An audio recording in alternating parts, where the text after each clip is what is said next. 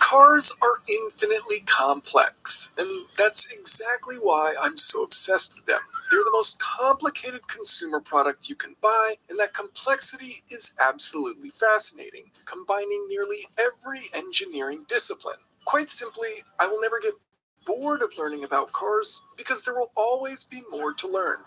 So in this video series sponsored by Bosch Wiper Blades, we're going to be telling the story of the automobile over the past 100 years. To do this, we'll be driving America's Route 66, which, as of this year, is 100 years old.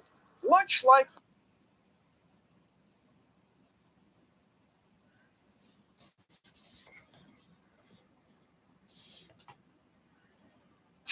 the Bosch Wiper Blade. No, not like this wiper blade, clearly it's new. But their first wiper blade was in 1926. Anyways, 100 years, almost as old as I am, and the approximate length of the extended warranty I'm going to need on this bad boy.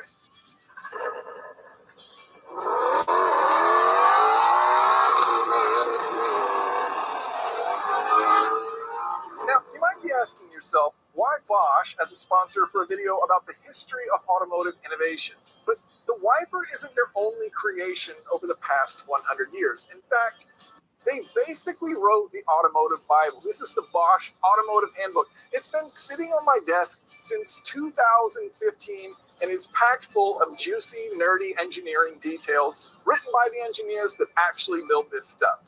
By the end, I think you'll understand. But for now, I'm just enjoying the sound of this Mustang GT350.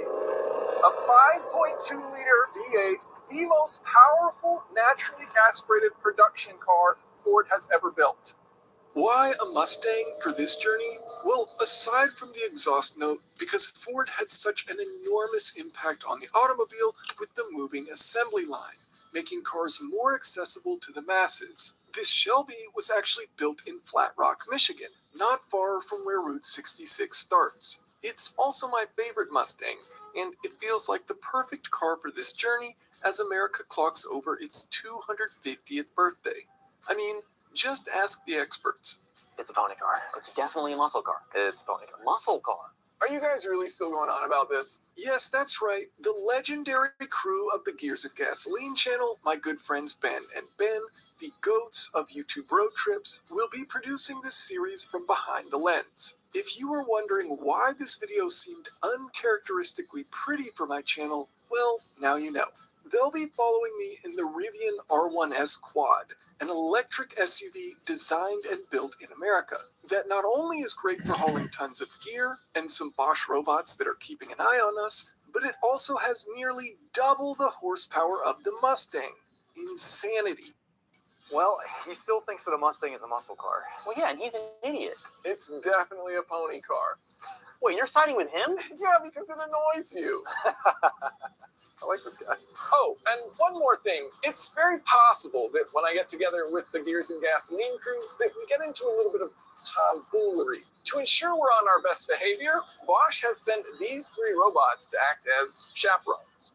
To be honest, I'm not sure if I trust them. What do you think? Have we been behaving? Well, what do you know?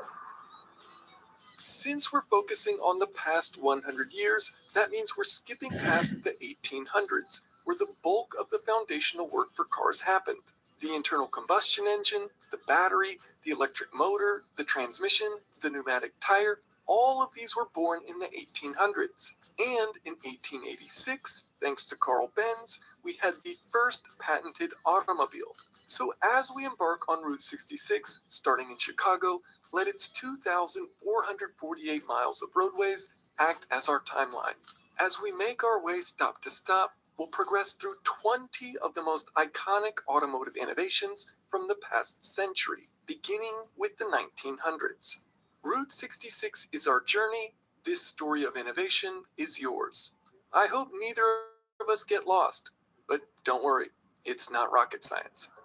The combustion process, like many great ideas, starts with a spark. So it's only fitting we kick things off with the Bosch ignition story.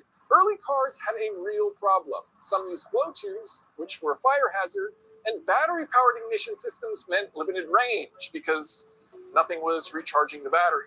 In 1897, Bosch solved that battery problem by introducing their magneto ignition system for cars. Since this system was mechanically driven by the engine itself, the car could travel long distances reliably. But there was still a weak link, as igniting the air-fuel mixture was inconsistent. So in 1902, Bosch unveiled the high-voltage magneto ignition system with spark plug, where a high-voltage current jumps the gap between the plug's electrodes, producing a reliable, repeatable spark. This is what put Bosch on the map, and it's the same fundamental technology we are still using today. You're right back there?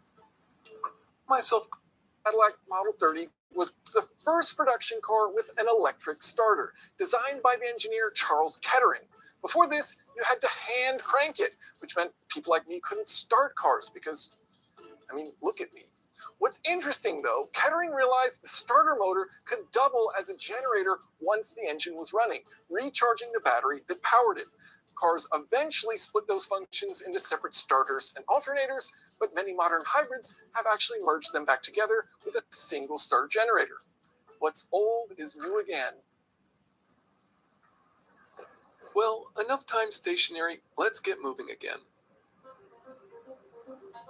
I'm driving a Ford Mustang, and it's worth appreciating what this company did for cars were built. The 1940s may mark the beginning of the end for manual transmission enthusiasts in America. You see, in order for a car to move, the spinning engine needs to be connected to the spinning wheels.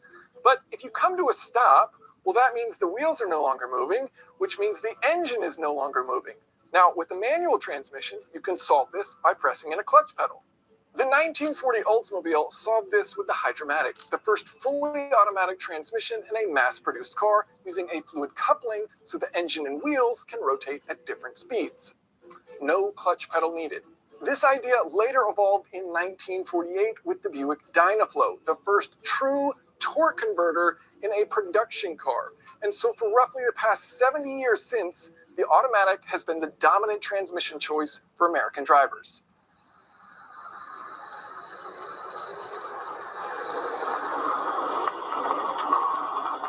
So we've arrived at our first historic motel of the trip. This is called the Wagon Wheel Motel in Cuba, Missouri. So I can't remember. 16 and 21. So what? And they're like, no. Look at you. Just bring me so much joy.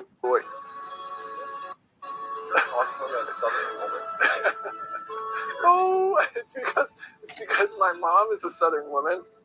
And that comes out of me because my mom always had cats growing up, so I've always had cats growing up. Man. Hang on. So Uranus is actually the coldest planet. A lot of folks don't know this. You might think Neptune, since Neptune excited about astronomy, and they just take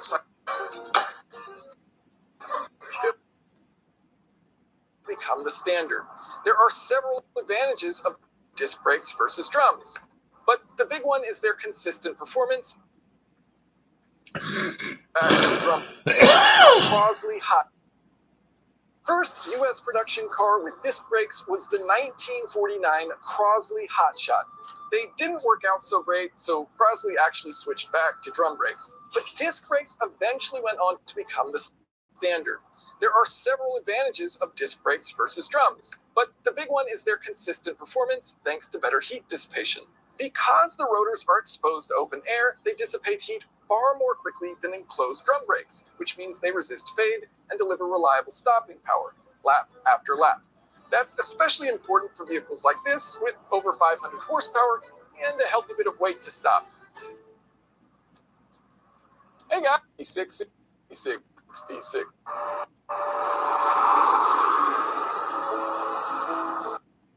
Right direction, I'm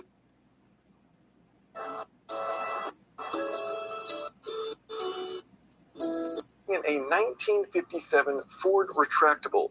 And while we don't even think about it today, back when this was coming out, there was a survey done, and apparently only 6.2% of owners optioned for a seatbelt.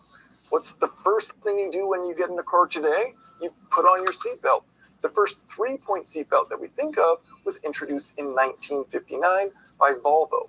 Instead of simply profiting off of the idea, Volvo gifted the patent to the world so any company could make use of it. And here we are, where basically every road car out there offers the 3-point safety belt. Volvo states this invention has saved at least 1 million lives worldwide. I love this. A little bit of fabric and metal, and yet such a powerful impact.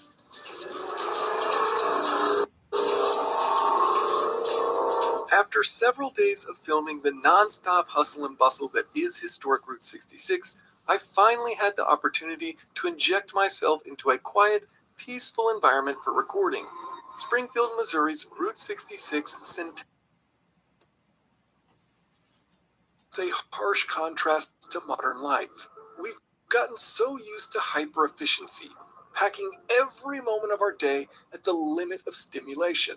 I think we all should spend less time watching this exact video on our phones and spend more time just enjoying it, just spending time with your friends on a road trip. The fact that tow mater is spelled T-O-W, like Jason, it's not a metaphor, it's a pun. Back and talk cars.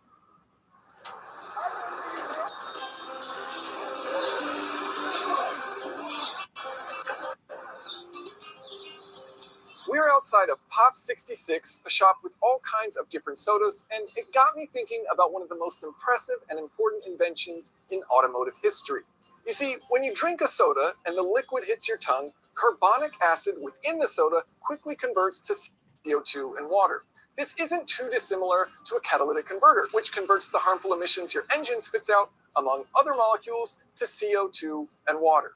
Stuff that is absolutely terrible for your health, the byproducts of combustion, go in, metals inside alter the molecular chemistry, and out comes significantly less harmful air. It is pure genius, and modern, high-traffic cities are breathable thanks to its existence. If there's any invention I think car enthusiasts take for granted, it is the catalytic converter, because it doesn't prevent cars from having ridiculous performance, like my GT350, yet it has such a huge impact on its emissions. Now, it was actually patented back in 1952, but it was the Clean Air Act of 1970 that led to nearly all American cars having catalytic converters by 1975. And because leaded fuel was poisonous to catalytic converters, lead was subsequently phased out of use in gasoline. And guess what?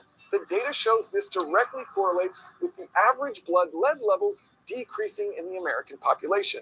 And if you don't think lead in your blood is bad for you, well, perhaps there is too much lead in your blood.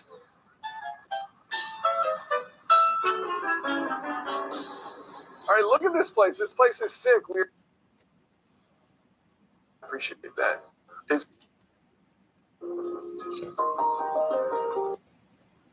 It got me thinking about oxygen sensors. You see, combustion engines have something called an ideal air-fuel ratio. For gas engines, if you have about 14.7 parts air and 1 part fuel, you have the exact amount of air you need to burn up every drop of fuel. But it turns out if you inject excess fuel, you get increased carbon monoxide and hydrocarbons. Bad stuff. And if you have more air than you need, well, you get more nitrogen oxides. So with this sensor, you can detect how much oxygen is in the exhaust gas and adjust your air-fuel ratio accordingly so you hit the ideal ratio. Now, combining this with our previous 2 innovations, electronic fuel injection and a catalytic converter, and you have a closed-loop emission system packed with benefits. More power, better reliability, better fuel economy, better emissions, and no cities full of smog caused by cars. Personally, I have always thought efficiency is cool. It doesn't just mean you use less fuel. It means you do more with it. I think it's often overlooked that emission regulations frequently act as a catalyst that actually improves the combustion engine. Take Bosch's electronic fuel injection solution, Jetronic, for example. It was initially marketed for the tough emission standards of California, but manufacturers realized better fuel delivery meant better performance. How about catalytic converters? They are the reason why cars like this still exist today. Otherwise, the air quality in cities would simply be abysmal. Without electronic fuel injection, this wouldn't have the performance it does across such a wide variety of conditions and a massive RPM range. The 1970s saw an absolute surge in fuel economy, and as we head into the next video, we'll see horsepower explodes in the 1980s. Yes, I'll have my cake and eat it too. Thank you very much.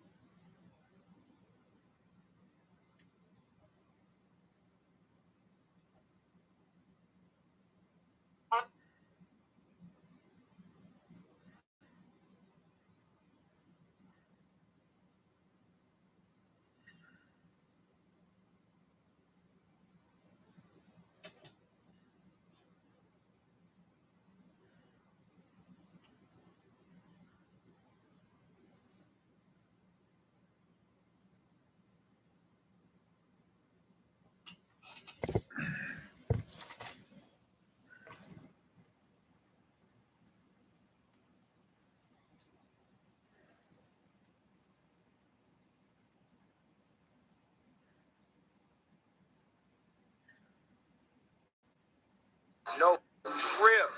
So I already know this food is good and cold. But guess what? Y'all didn't leave no tip, so I wasn't finna expedite nothing. Most people say no trip, no tip, no trip. But I ain't gonna say that about this order. I'm gonna deliver the food. But sorry, Tashaka, you finna have some cold food for dinner. But you should have left the tip. Looks like the customer didn't tip. You know what that means? Free food. First thing you want to do is remove the label. See that, bro? That's way too much. They're gonna think I drank it, which I didn't. So the first thing you want to do is fill it up with water. DoorDash has somehow created the perfect system where a customer pays 17 different fees. The driver gets approximately 2 nickels and a firm handshake, and then both sides are left fighting each other while DoorDash quietly tiptoes away with all the money. Now, I completely understand DoorDash drivers refusing to take orders that are not worth their time for the money. I mean, if you want someone to drive across town and then hunt for your apartment in the dark, climb 3 flights of stairs, haul 4 cases of water to your door just for a thank you. House. Yeah, that's not paying for their gas. But some of these drivers have moved No way. past no tip, no trip. Bitches and coming. landed on no tip, so I'm eating your They're my fries, favorite. I don't drinking like your the Coke, side and by replacing side. it with sinking. Today we're diving into the ongoing war between The only DoorDash time I got to drivers road and one people who believe that tipping for that service is is we had some optional. And people trust me, come nobody's to the leaving this campground. mess They were looking so innocent. fucking If you cannot rich. afford to tip, please say They I'm had trash. like 7 of the 4-wheelers in there. And they ask us what we're doing. Well, you're drinking your ass off on tequila. She says, well, we're going for a ride tonight. You want to go? I says, well, let's go. Ain't going to cost us none. So good for you. I enjoyed it. Had a nice back seat. I let her drive. I didn't really want to drive the damn thing. I just like them big, cushy seats that go around your ribs, you know. Got a place to put your arms. It was really neat. What is that going to do? No. I do this for extra money, not to just burn my gas for the hell of it, okay? No tip, no trip. Somebody will bring you your food, okay? They will, I promise you. But it's probably going to be someone who's going to... They're not even tipping people. We don't see Bubba anymore. Okay, just being honest with you. Wonder how he's doing.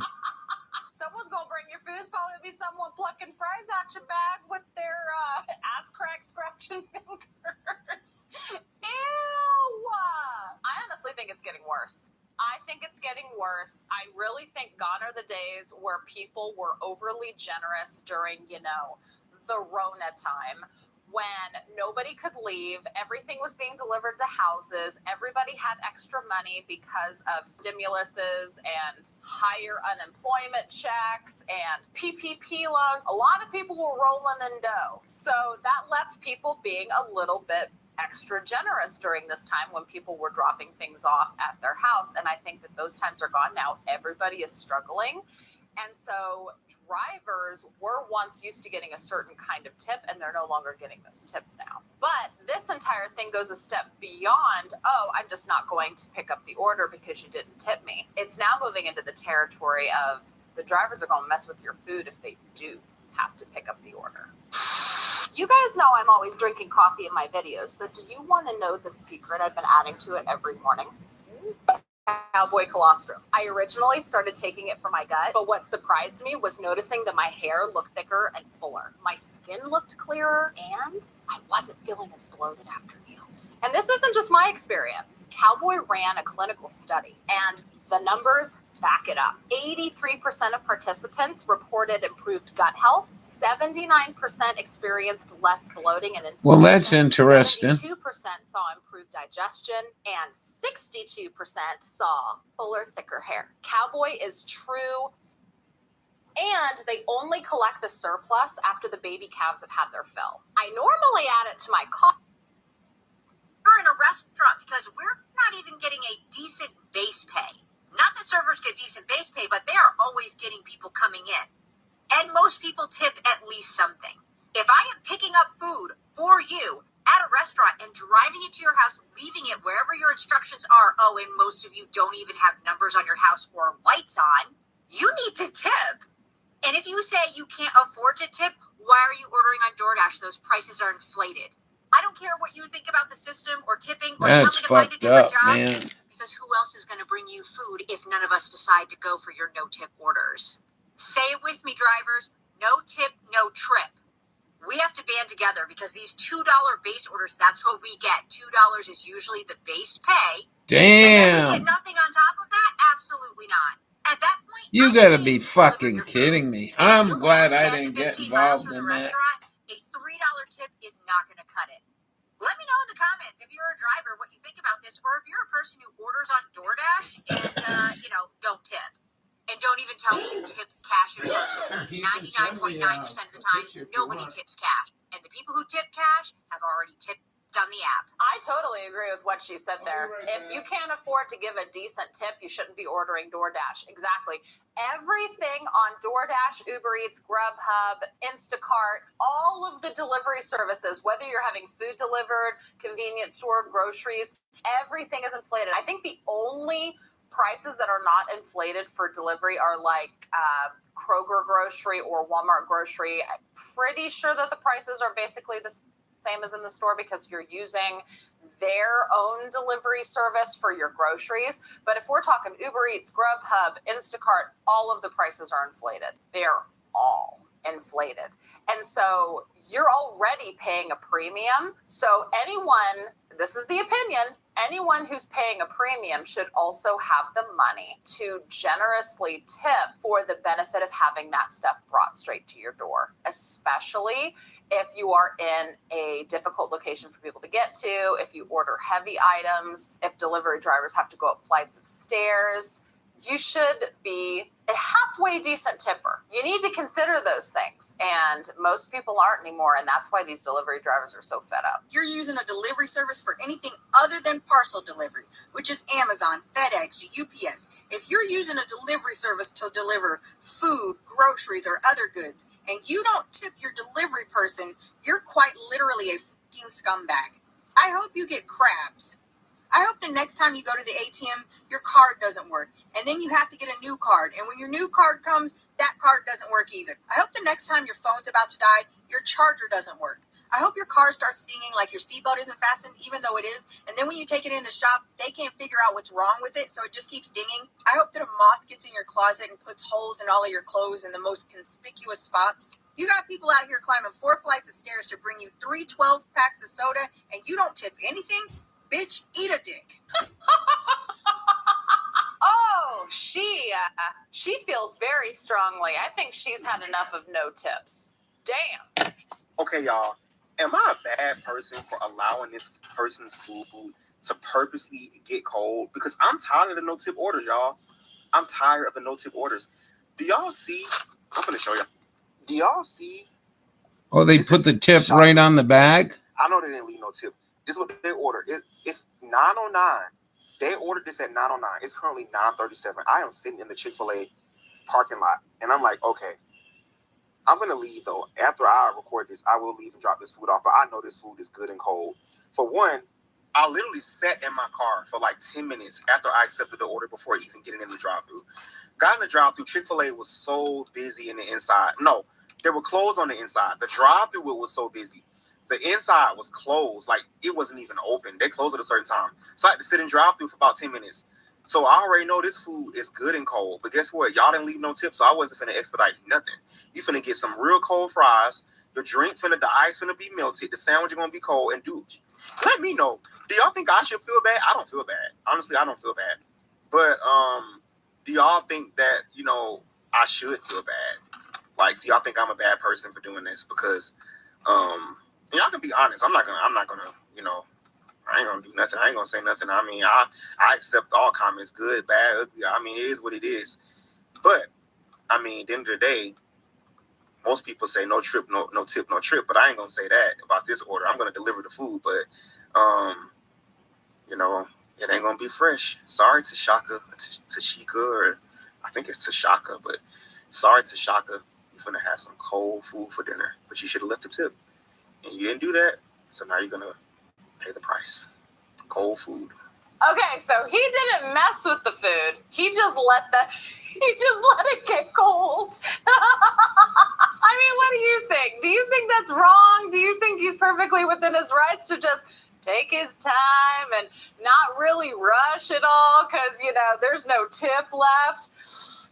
Damn. Yeah, I mean, just listening to all of these drivers, it's starting to resonate. Like, if you want your food fast, if you want it not messed with, you have to tip. This is terrifying. If any of you guys don't tip out there, is this scaring you at all? Looks like the customer didn't tip. You know what that means? Free food. First thing you want to do is remove the label carefully. Yes, sir, we grubbing. Looks like Bobby got some barbecue wings. You only want to eat one, though. You don't want to raise suspicion. Very good. Now, my favorite part, the fries. You don't want to eat a lot. Actually, take as many as you want. They're going to blame Wingstop. But for my favorite part, the Coke. You're going to want to bring your own straw. Damn, that shit good. See that, bro? That's way too much. They're going to think I drink it, which I didn't. So the first thing you want to do is fill it up with water.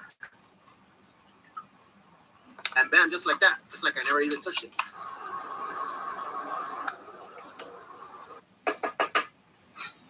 Your food, sir. Next time you would tip. Okay, obviously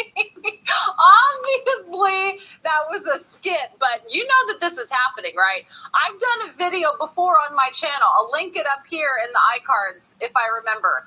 If I don't, put it in the comments and I'll link it because I might forget. No, I did a video exposing food delivery drivers eating, people catching food delivery drivers eating their food. So that probably, almost definitely happens. So yeah, it was a skit, but it's legit. Look at all these orders. Look at this. Wow. No tip, no trip. Mandatory. No tip, no trip. Look at this shit. It's crazy. It looks like a bunch of cheap asses are ordering from Chipotle. You see all those orders without tips? No driver's picking them up. They're not going to pick them up because there's no tip. Listen, I feel like if you ordering something off of DoorDash, it is only right to tip. Even if it's just a little bit, even if you only got like $1, it's the right thing to do. But I'm being told that I'm wrong for telling my cousins that they wrong for not tipping. See, the other day I went over to my cousin's house. When I got there, I went in. They said, "Hey, was the delivery driver out there?" They said he was close by. I said, "No, when nobody out there. When I got out there, why did y'all order something?" They said, "Yeah, we got some DoorDash." I said, "Oh, y'all could have told somebody. Okay, what y'all get to eat?" They said, "No, we didn't get any food. We ordered something else." So I said, "Oh, okay, cool." They said, "Yeah, we barely got it. By the time they added on all the fees, man, we barely was able to afford it." I said, "Yeah, them fees can be killer, especially when you add on that tip." They said, "No, we didn't tip. We just left $0." I said, "Hold on. Y'all got the tip. Sometimes no orders only pay by $4, $5, sometimes even $3. You got to leave a little tip for the driver, something, even if it's just $1, just something on top." Then they said, "Well, we didn't have enough money to tip, but we did text the driver and say thank you." I said, "Thank you don't pay the bills. Y'all have cars here. Y'all could have just got in y'all car, went and got it yourself, especially if you could barely afford it. If you go get it yourself, it's a lot cheaper because you don't have to pay for those fees." They said, "Well, we didn't want to go because it's cold outside and it's dark." I said, "You don't think the delivery driver cold? You don't think it's dark for them too? We live in the same place." They said, "Well, it ain't no big deal anyway. They'll be all right. They the one out there doing it." Got you. It ain't no big deal. I understand. Some people feel differently about tipping. But I said, well, if you can't afford the tip, you shouldn't use the service. Like if you can't afford to spare an extra $1 for somebody that's out there in the cold, in the dark, what you didn't even want to do, don't use the service. They gonna call me wrong talking about I can't tell them what they can do with their money. It's a service and tipping is optional. I get tipping is optional, but I feel like that's just the right thing to do, especially if you have just acknowledged that it's cold and dark outside. Exactly. Tipping is optional. Hey, we're Renewal by Anderson. Oh Something to show my. you. Watch this. Did you see that? Our new windows just completely transformed this house. Oh, I see 3 more on the side. Optional, but if it's the right thing to do under the circumstances, do it. It's a kind gesture, especially if you know that you're ordering stuff that's difficult, or it's cold, or it's dark, or it's hard to find where you live. And if you truly don't have the money to tip, or you truly don't believe in tipping, get ready to possibly have your stuff messed with or take a really long time to get delivered to you. They are literally telling us what is happening behind the scenes, so we should probably listen. It truly amazes me that people want you to fucking grocery shop for their food. I don't care if it's 1 or 2 items, 10 or 20, and then put no tip. Like, are you fucking kidding me? You expect somebody to drive to the grocery store, shop for your fucking food, check out, bag your shit, drive it to your house, unload it, and you're not going to tip? Well, up here, I don't they know how would it works. have Obviously, I to don't take buy order. bag. Nobody else takes that shit. But I am just like completely This is dumbfounded fucking that unbelievable. anybody would think that that is okay to do. Like that's fucking insane to me. What a fucking piece of shit. Yes, I know people have some situation. Maybe they're sick, they can't get to the grocery. I don't fucking know. But now is not the time. When gas is $5 a gallon, we get just what the no. She's angry. I felt she was yelling at me, She and I should usually be. tip pretty She ain't well yelling at when I you. use, grocery services, which I order grocery delivery way more often than I ever order food delivery. I don't think I ever have food delivered. It's usually groceries because I'm super duper busy and I can't make it to the store. And I feel that way too. I'm like, I am appreciative of people going out and doing this so that it saves me time. I'm going to tip. But man, she feels very strongly about the people not tipping for grocery shopping. Damn. And what I'm trying to figure out is all these people who order off of DoorDash and want us to go through hoops and bounds to get your order to you, go up 3 flights of steps, carry 3 cases of water, jump over the fence, bring it to the back door when there ain't no light, find your house when there ain't no light in the front door. Tip, bitch. I don't have to do none of that, but leave it at the front door, and that's it. But if you gonna ask me to do all that, you need to tip more than some dollar, or even tip at all. What's wrong with y'all? What do y'all think? This is just free labor? It's not. We got to do a whole lot just to work for this money. Y'all need to be generous. And from experience, half of y'all only sitting on y'all ass anyway. I'm not talking about the people who ordering DoorDash, coming from work and doing shit. I'm talking about the people who ain't even doing shit, wanting all these demands. Get your ass up and do it your goddamn self if that's the case. You don't want no rotten ass plantains? Go to the store your goddamn self. Shuffle that food down your fat ass throat. She's not wrong. I think that there are a lot of drivers out there that don't have a problem going above and beyond, even if the tip is minimal, $2, $3, $4, because if they know that someone is, bedridden and they can't leave, or they're super busy, or they have a ton of kids, but the lazy asses that just sit at home and they just don't feel like leaving the house, and that's why they're having shit delivered.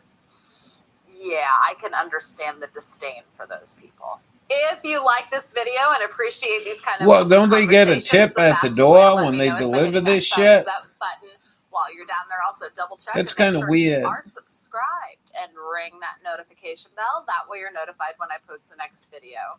Thank you guys again. So it don't say, "Well, I'll give you a tip when you get here." I'm sure some of them do. All righty, don't crowd in. Let's celebrate. MJ's got himself a 4-wheeler. We'll go see what else we got. Oh, boy.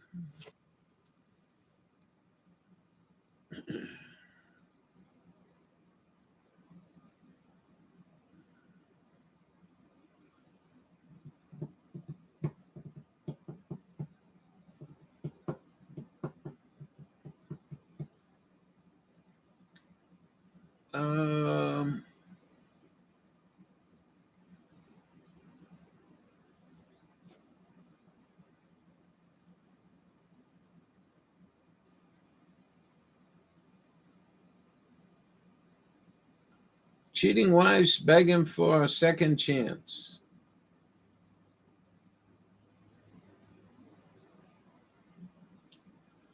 What else we got?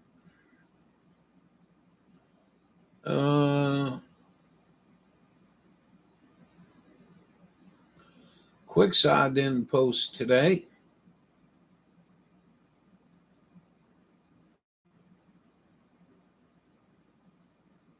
That's I usually Friday night go to.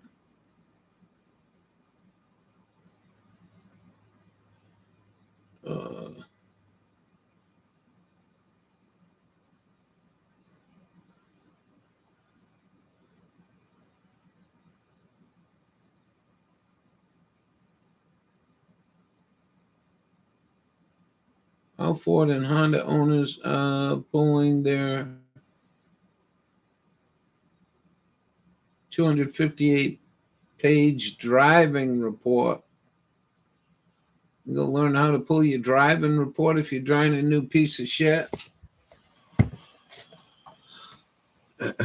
You see what they're tracking you on.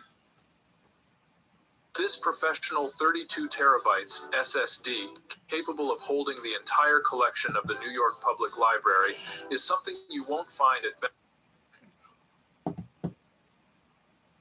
Best Buy, or any electronics retailer. Even if you were willing to drop $1,000,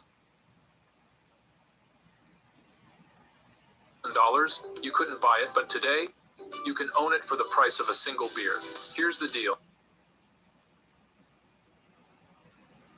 A retiree in Seattle asked his insurer one simple question, and the answer came back as a 258-page file on how he drives. What? Every trip, start time, end time, distance, every hard brake, every fast accelerator. 640 trips sitting in a database he never signed up for. Jesus His Christ. premium had jumped 21%, and 8 insurers had pulled that same file in a single month. What nobody told him was that his own car had built that file and handed it to a company he had never heard of. Today, I'm going to show you exactly how that file gets built, and then the 3 requests that pull it back, freeze it, and shut the source off for good. How does a careful driver with a clean record end up flagged as a risk by 8 insurance companies he never even called? The man in Seattle is named Ken Dahl. He drove a Chevy Bolt, kept it clean, no tickets, no accidents in years. In 2022, his insurance jumped for no reason he could see, so he started shopping other companies, and their quotes came back high too. One agent finally told him why. There was a report on him from a company called LexisNexis, and that report was driving his rate. So Dahl did the one thing almost nobody thinks to do. He asked to see it. Under a federal law called the Fair Credit Reporting Act, you have the right to request the file a company like that is keeping on you, and they have to hand it over. Weeks later, 258 pages showed up in his mailbox. To understand what was in those pages, you have to understand the machine that built them, because it runs in 3 stages, and the car company works hard to keep you from noticing any of them. Stage 1 is the hardware already sitting in your car. Late model vehicles carry a telematics unit, a small always-on cellular module wired in at the factory, roughly the size of a paperback and tucked somewhere you never look. It listens to the car's internal network, and it knows how you drive down to the detail. It logs your speed, how hard you hit the brakes, how hard you launch from a stop, the time of day you're on the road, and every mile you cover. This is not a rough estimate pulled once a month.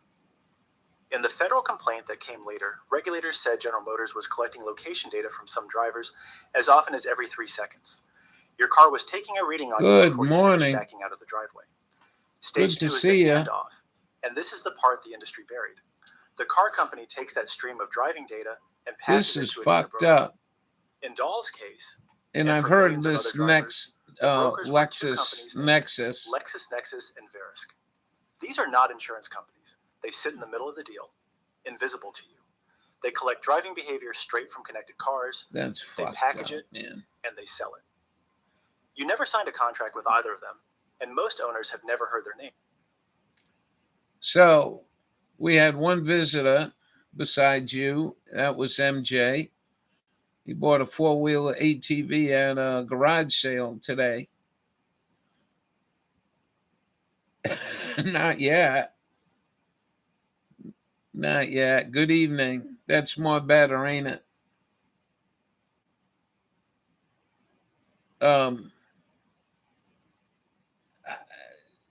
So, okay. So you behave, and it never works for you, does it? Okay, you don't fast drive, you don't, well, you know, them roads that are like 35 and everyone's doing 45. What are you going to do? Hold up the traffic? Not me. My point is, we're seeing all the negativity about this thing, but it never works for you and I, does it? Those scumbag Jew bastards. Insurers pay these brokers for access to that scoring, which is the entire reason the pipeline exists, and it runs at a scale most drivers never picture. One of these telematics exchanges had already collected driving data from more than 10 million vehicles as far back as 2022. Stage 3 is the score. The broker takes your raw driving and boils it down into a single risk number, and it sells that number to insurance companies who use it to set your rate. Damn. A high score does not just nudge your premium up a little. It can move you into a worse pricing tier or get you turned down before you have even finished the application. There is no dongle in your glove box and no app you have to check. The car does the reporting on its own, the broker does the selling, and the first you hear about any of it is the day your premium climbs, and nobody at the insurance office will quite explain why. Here's the part that makes owners angry once they see it. You had to be enrolled for this to happen, but the enrollment was designed to slip past you. General Motors ran a feature called OnStar Smart Driver, sold as a friendly coaching tool to help you drive safer and protect your investment. Regulators. Heating fuel is expensive. Join thousands $4.99 a gallon discounted right propane, now. oil, and kerosene. Heating fuel. Your membership unlocks group negotiated pricing, saving members You ain't hundreds gonna of save shit. Don't give us that bullshit. Regulators later said the Maybe sign-up do that process for was coal. misleading. That's And that the company exactly never what I clearly wanted told to do people with that switching coal it up on here is meant get their all the driving coal would be shipped burners to and data the brokers suppliers and together resold to insurers. and Some buy owners in say bulk. a But salesperson like enrolled them at everything the else dealership up without here a word was because dealers just could earn pissing bonuses in the for wind. signing people up. So you tapped through a screen at the dealer, or a feature got flipped on for you while you were signing paperwork, and years of your driving quietly started flowing out the back. You If know, were when you wondering go how that buy is a even car legal, too, you got to come so back is like everyone hours else. later. They got to clean it and prep it and all that bullshit. And all they got to do is turn this thing on. Signing out of this thing ain't going to do you no good either. This is. I hope he's going to make that clear in here. That they're going to turn the fucking thing on. They're making money from it. The fucking dealer's making money from it. Now back to those 258 pages. Dahl's file logged 640 separate trips he and his wife had taken, and each one carried a start time, an end time, the distance, and a running tally of every hard brake and every sharp acceleration. The only thing the report did not contain was the exact place he had driven. Everything else about how he drove was in there in plain rows.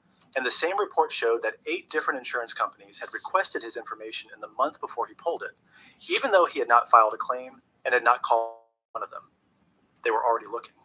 Dahl said it felt like a betrayal, and that is not a throwaway line. That was a man watching his own steering wheel get turned into evidence against him. He posted what he found on an online forum for Chevy Bolt owners, and the thread lit up overnight. Other owners went and pulled their own files and found the same thing waiting for them. Corvette owners who had taken their cars out for a track day found the track laps sitting in the report as acceleration events. One Cadillac driver in Florida said 7 companies had turned him down for coverage. The version most people had heard was that this data only left the car if you signed up for some obvious program with your eyes open. That was not the full picture, because it was not just General Motors, and it was not just LexisNexis. Someone in Washington had already seen where this was headed. This is Senator what I Ron mean Wyden about opened an these investigation, pigs. and his staff These pulled confirmation communists. straight out of the automakers. Wyden's office found that General Motors had shared smart driver data with Verisk You know, from when they put their 2015 name on through this shit, it's 2024, buried in other and with bills. It LexisNexis ain't got from nothing to 2018 do with through this. 2024. And the senator's office said the company confirmed something worse. It also shared location data on every driver who simply switched on the internet connection in their car, whether or not they had ever touched Smart Driver at all.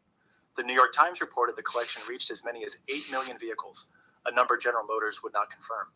This was never a one-brand problem either. Honda and Hyundai both fed driving data to Verisk. Ford had a data partnership with Verisk too. On the LexisNexis side, the exchange has pulled from Kia, Subaru, and Mitsubishi. The same safety pitch and the same discount wrapper, running quietly across the whole industry at Did you have once. a good day today? So the story broke wide in March of 2024, and the pressure started to build fast. This is the point where you would expect the happy ending, the part where the regulators step in and make the file announced it had stopped sharing driving data with LexisNexis and Verisk. A month later, it shut down the program entirely. Then the federal government moved. In January of 2026, the Federal Trade Commission finalized an order against General Motors and OnStar. Regulators treated it as a landmark, the agency's first real enforcement action over connected vehicle data, and they described what the company did as an egregious betrayal of the Too trust its hot. own customers had Still. placed in it. The order It bans was the company hot for here 5 today. years from handing your location and driving behavior to these reporting brokers. On top of that, for the next 20 years, General Motors has to get your clear, upfront consent before it collects or shares this data. Yeah.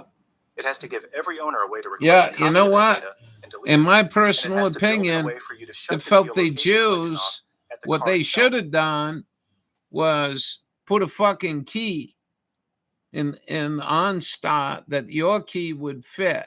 Wow. It's pretty warm. I think we were there today. So in other words, you be warned, you plug that key in and it comes over the stereo. You are about to share your driving data. Do you want to continue? Pull the key out if you don't.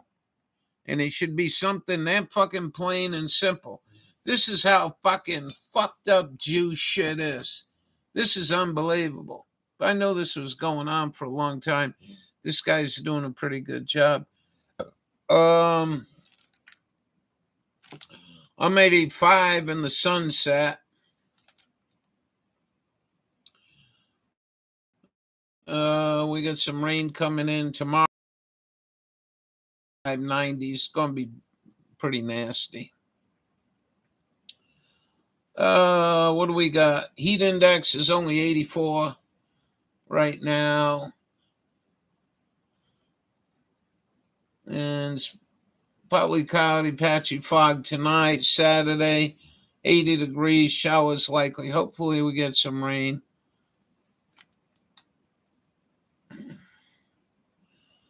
And then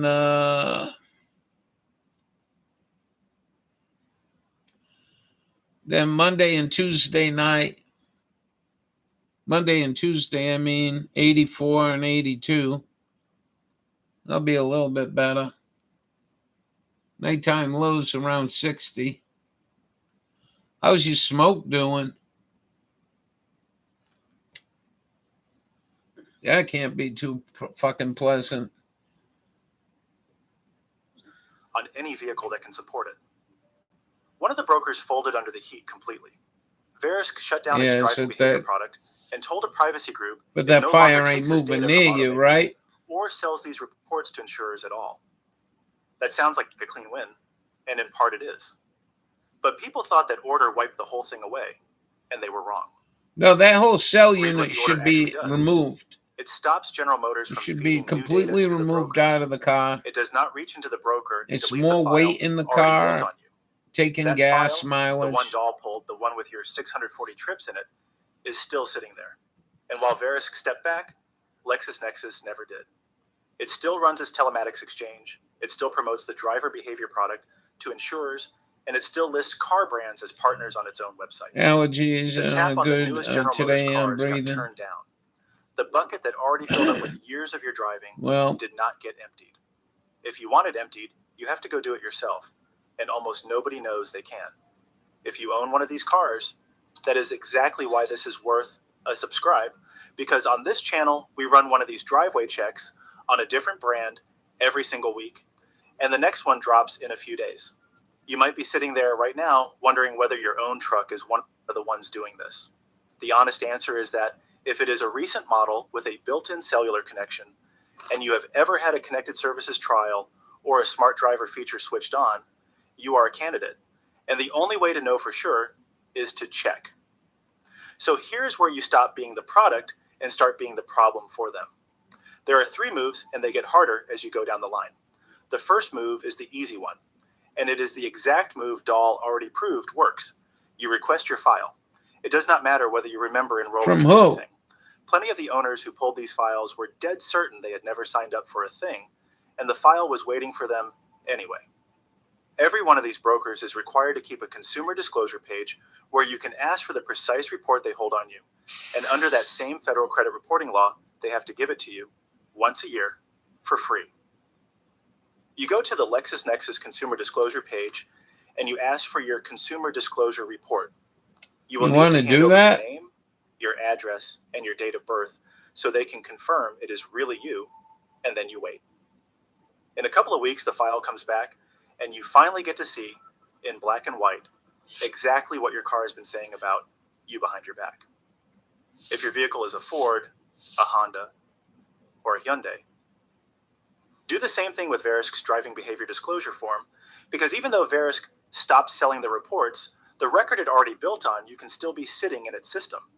Either way, this first step costs you nothing but the time to fill out a form. The second move is harder, and it is where you stop looking and start taking control, because seeing the file is not the same as stopping it. So you do two things at the broker. First, you dispute anything in that report that is wrong. You have the right to have errors corrected, and a report this detailed, stitched together from a cellular module, gets things wrong. Second, and this is the stronger lever by far, you place a security freeze on your file at the broker. A freeze locks the report down so a company cannot pull it to price you without your permission. Wow. That freeze is the switch that actually cuts the wire between the broker and the next insurer who comes looking for a number on you. Almost no owner gets past step 1, and hardly anyone learns that step 2 is even on the table. You'd think someone would have told them. Nobody did. The third move is the hardest, and I'm going to be straight with you about its limits, because this is the exact spot where a lot of videos oversell what you can do. You cut the source, you go into your car's connected services and into your online account. You turn off the driving data collection, which usually means digging into the connected services or data privacy menu in the car settings and in your account app, rather than any obvious button on the dash.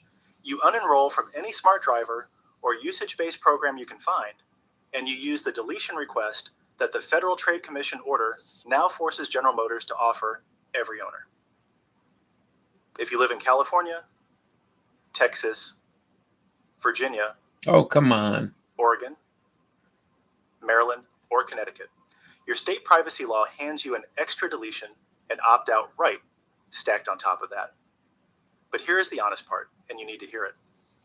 A marketing style do not sell request on its own does not always scrub you out of the insurance file. No, Because that and then insurance file lives under the credit the reporting insurance law in a company separate goes to lane with see its own what you're rules. doing, and That gap is and you deliberate, closed and it the fine off. print is written to keep it that Now way. they're going to raise your The thing that rates, actually right? bites is the two Oh, you moves must together. be hiding bad Kill the source at driving. the car so no new data flows out, and freeze the file at the broker so the old data cannot be pulled against you. Do only one, and you have left a door standing open.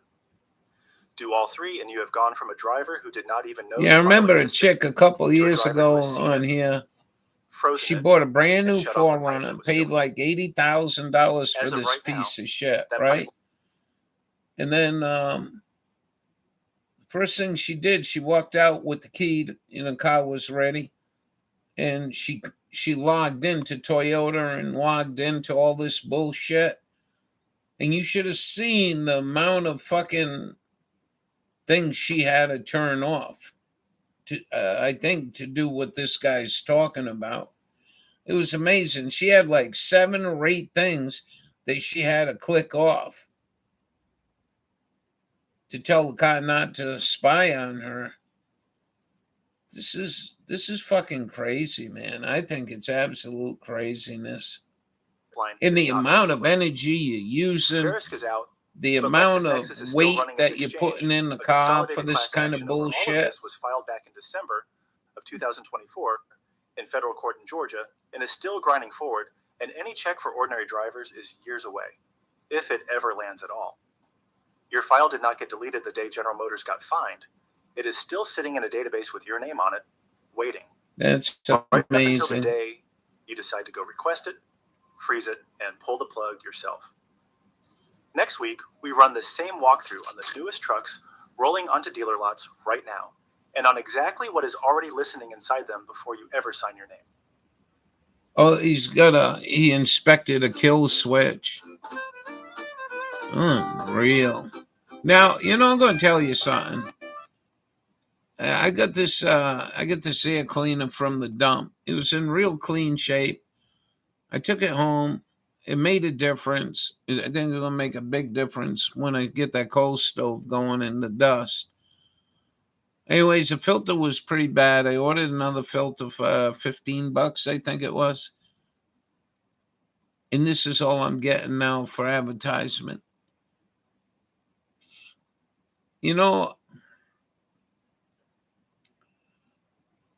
I go and buy a pair of spark plugs from you, AutoZone or whatever, and I got to watch these fucking ads for spark plugs at AutoZone. You're being a real pain in the ass to me from ordering from you. You know what I mean? And I don't know if it's Jugel or the because this is a company. This is a company. that's advertising this. This is from bad fucking pool. I gave you money. Now you're going to stuff me with advertisement. I guess it's better than watching the stuck poop bullshit. We'll see if we're going to get them. I haven't had them in all week, by the way.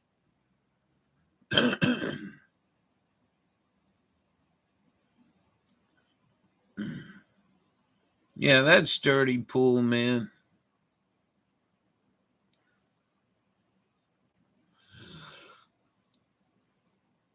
What time is it? Well, we got an hour in. I'll go one more. Maybe we'll get somebody to join us. Well, that's too bad on your smoke and your allergies, but, that's where you live, People move to the Southwest to get away from allergies. But then they show up there and they stop planting trees and grass and everything else. What do we got here? Major attack in Hormuz. IRC strikes 2 U.S. linked ships. Yeah, I'm trying to stay away from that. Looks like they're on fire. $4.99 a gallon for home heating fuel right now. $4.99. I don't know what you burn. I mean, in this house, they were probably burning 10, 15 gallons a night easily.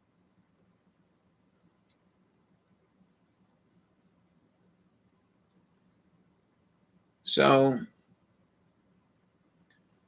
$4.99 a gallon.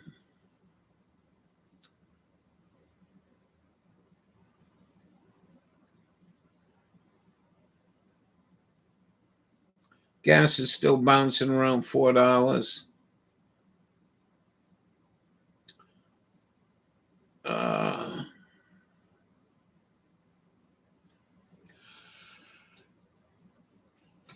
The one before this, you should watch that one too if you're bored later. It's about DoorDash people not getting a tip. So I didn't know that. See, I thought you go pick up the food, the people paid for it, you drive to their house, then they give you a tip. Well, evidently they leave a tip when they purchase the food.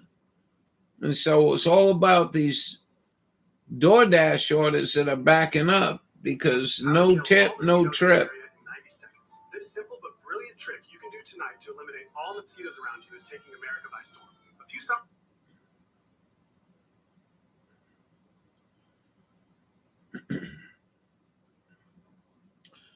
That was quite interesting. I didn't think it was really that hard. Small itchy bump from a mosquito bite. I get painful swelling that lasts for days. Let's go watch Robbie Layton. Gotta get the MyLap system out because. And if this is boring, so Colton's already. I thought you might like. He's building a dirt track.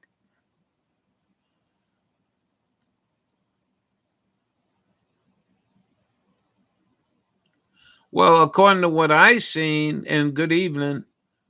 According to what I seen, it looked like the tip is on the receipt.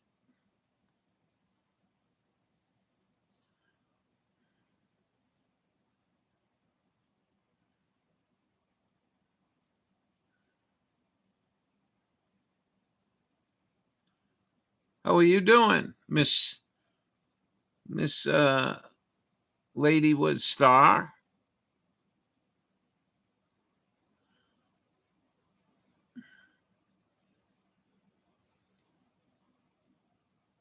We got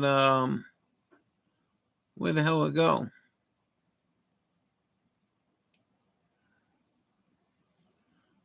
Oh shit. How's Miss Rhonda doing? Leslie's in a mess of smoke there and pretty damn hot. Well, let me go skim through here.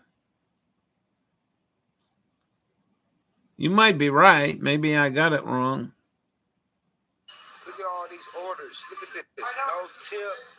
No tip. See, they don't. There's no tip. I already know this food it's good and cold. But guess what? Y'all didn't leave no tip, so I wasn't finna expedite nothing. Most people say no trip, no tip, no trip, but I ain't gonna say that about this order. I'm gonna deliver the food, but sorry to Shaka, you finna have some cold food for dinner. Sometimes it comes right the tip before the delivery, but you don't see it until after. That's way too much. They're gonna think I drink it. Yeah, but I'm confused. I DoorDash for 2 years. Somehow created the perfect system. I'm trying to find 17 different fees. The driver gets approximately 2 nickels and a firm handshake, and then both sides are left fighting each other while DoorDash quietly tiptoes away with all the money. Now, I completely understand DoorDash drivers refusing to take orders that are not worth their time for the money. I mean, you see what I you mean? want someone to drive across town and then hunt for your apartment in You the see what I dark mean, Rhonda? while I'm not 3 arguing flights with of you. stairs, haul I'm 4 just, cases this of water to gal, your door. what this gal was saying, when they go pick up the food on the receipt, the tip is supposed to be in there.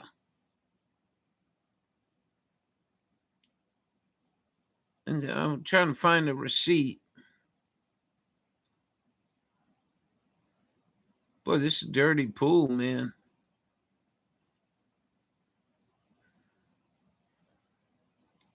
A couple of these, a couple of them didn't get.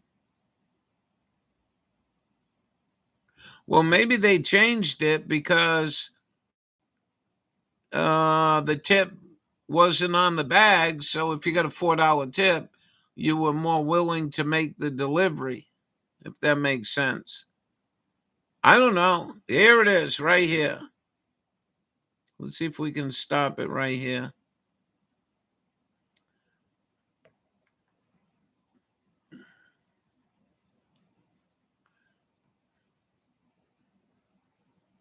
Well, then what are these people talking about? Excuse me.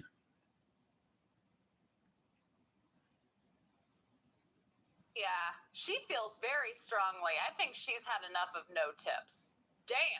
Okay, y'all. Am I a bad person for allowing this person's food to purposely get cold? Because I'm tired of the no tip orders, y'all. I'm tired of the no tip orders. Do y'all see? I'm gonna show y'all. Do y'all see? This is Tashaka S. I know they didn't leave no tip. This is what they ordered. It's 9:09. They ordered this at 9:09. It's currently 9:37. I am sitting in the Chick-fil-A All right. parking lot. Well, it don't matter because I'm not being part of it, but I could see that if you pick up the bag and it says $4 or $10 tip, somebody would be willing to get the damn food to them people, you know?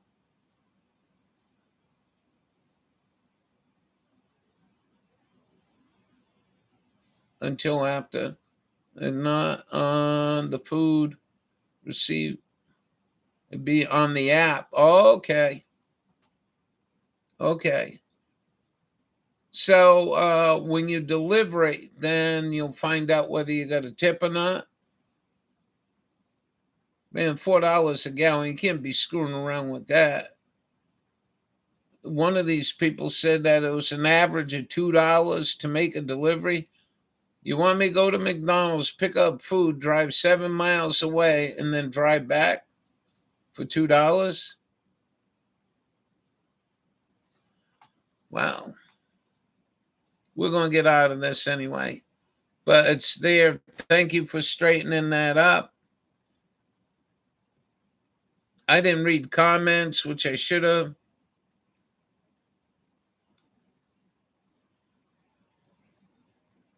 Yeah, that's what I thought in person. So, like, you got all these people that supposedly aren't giving them tips, and they know they're not getting tips from these deliveries. Conform. Yeah, that's a word they all want us to learn, huh? That's what I thought happens. They show up at the door and here's your $5 or $10, whatever you're going to tip them. But it seemed to me like all these orders that are left behind, the DoorDash people know there's no tipping involved. So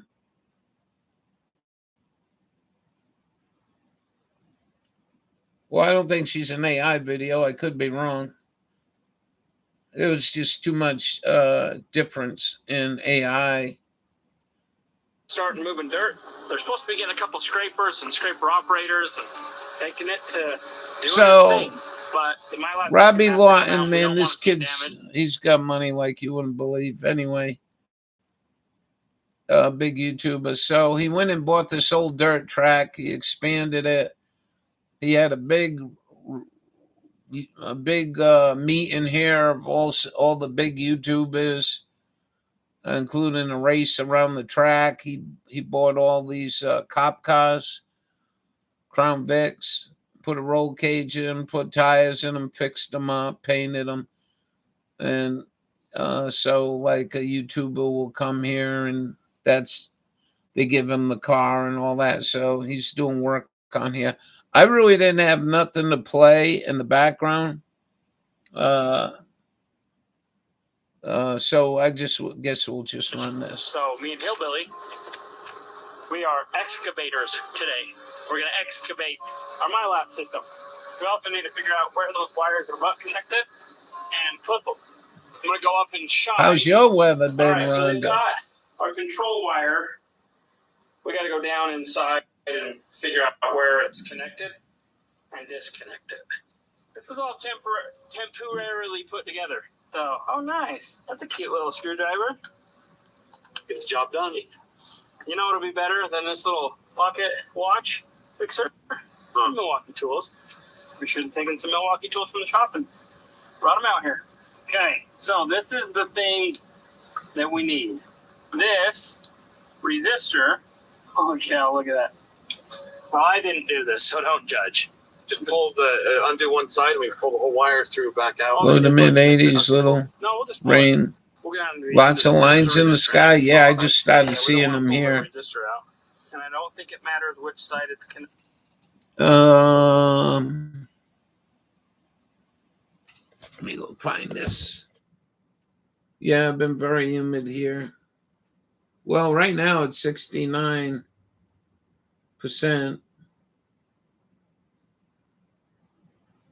Let's go get this. Let's go see what the country's doing. Man, New York's getting blasted. I looked at this around 4 o'clock. They're getting blasted, man. They have warnings out and all kinds of shit. There's probably going to be tornadoes. Oh, it all moved into Long Island Sound. This mess right here was really nasty back here. This whole area had tornado warnings and all kinds of shit.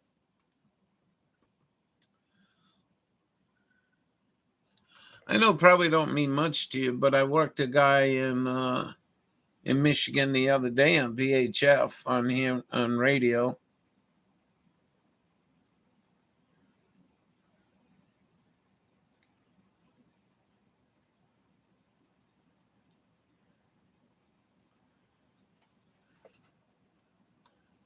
I remember, wow.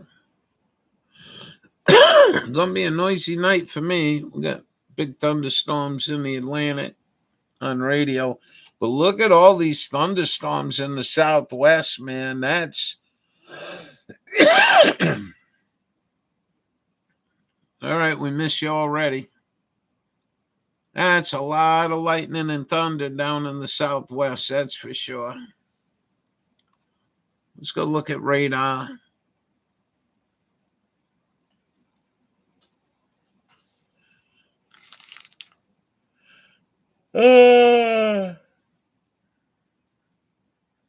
We'll be bitching. I won't be bitching when the snow gets here and the cold gets here and we get nice snow.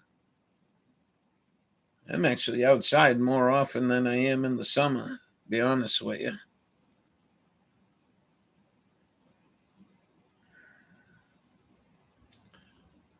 And let's see what's going on here. Whoa, Mamma Mia. Holy macaroni. Now, there's a way to find the color codes of this, but you got to go get another map. Fuck the government. This is how fucked up. You couldn't scroll down and get the color matches for all these warnings. I would say that's almost high heat warning. And there's a way to lower these intensity. All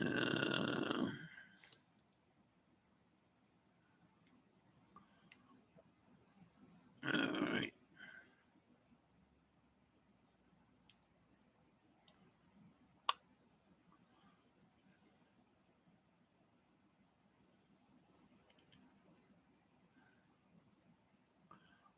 Oh, I don't want all this shit. I can never find it. But anyways, it looks like they're getting a little rain down in Arizona.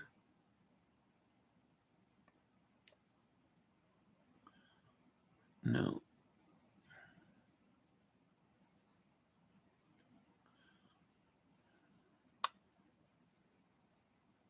Yep.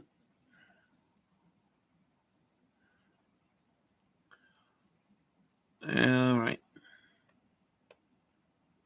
So that's what it looks like. Michigan.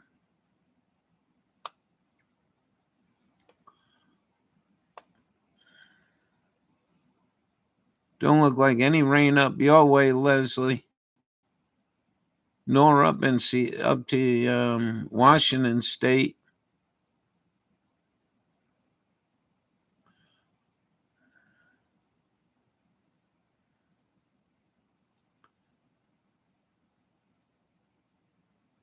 Well, that's what's going on in the world today.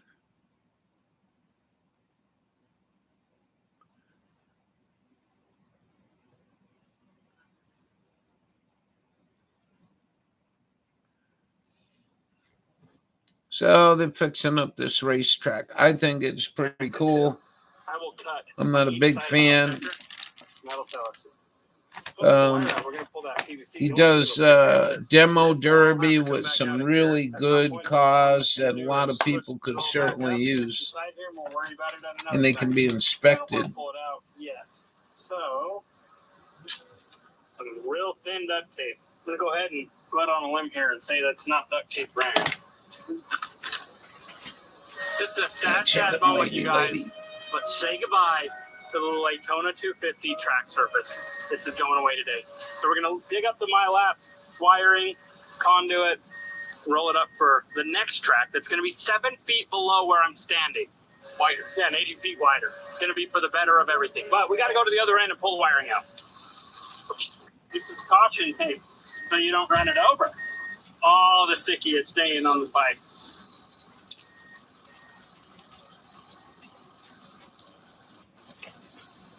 All right, we got the wire out. This was the most important part.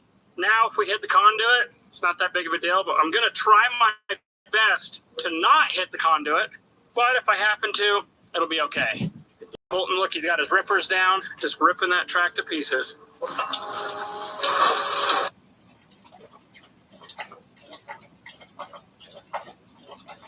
Boiling water with no flame, no smoke, no noise.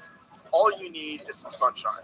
Hello, my fellow patriots. I'm Cade Courtley, former Navy SEAL platoon commander, sniper, and best-selling author of the SEAL Survival Guide.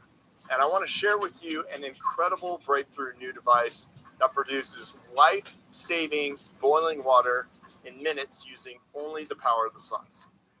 This is the Sun Kettle. And at first glance, it looks like a normal thermos. Well, let me tell you, this is anything but normal. Constructed from tough ABS plastic and shatter-resistant tempered glass. They fold open to reveal 2 parabolic mirrors that grab every bit of the solar energy of the sun and direct it into this evacuated tempered glass tube. Yeah, good luck. Heat in, but won't let it escape. So your hot water, stay.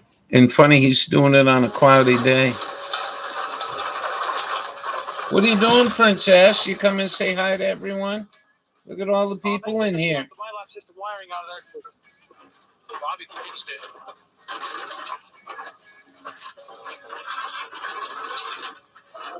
You have a happy day today, huh? You had a big happy day? Yeah.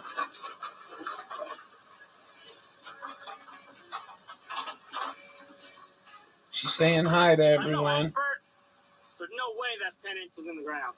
No, it was, if that. Well, maybe. There's no way. We basically just scratched the surface. Maybe. Anyway, so you're supposed to put There's a little smoke there. As you can see in the background, the mountains are really smoky. For a big spoon, Where's he down?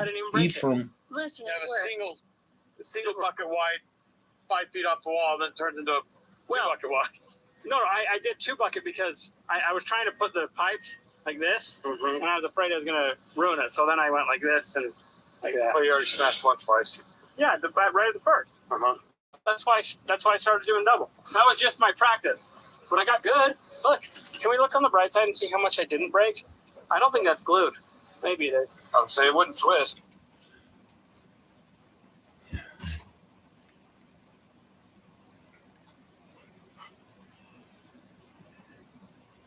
What do we got? There's got to be something else in here we can watch.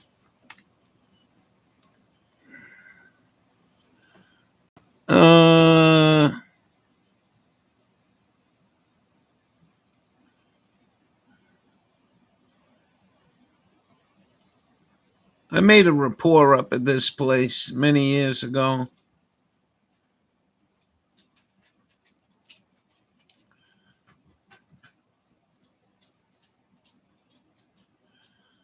It's the first day back after 2024 off-road games.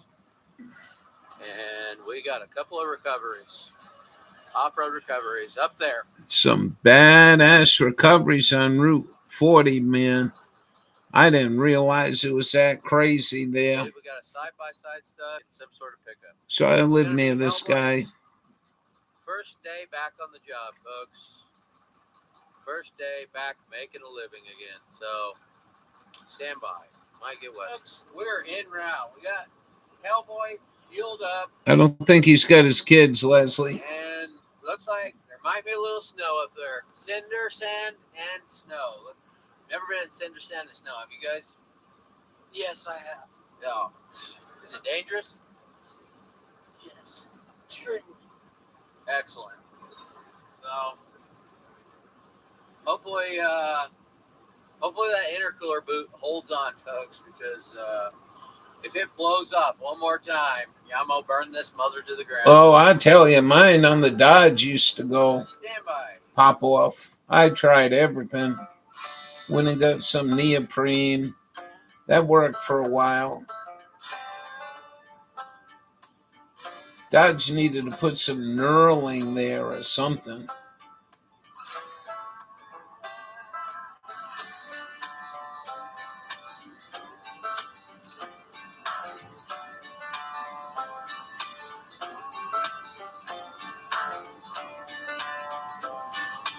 Oh, mamma mia. Oh, man.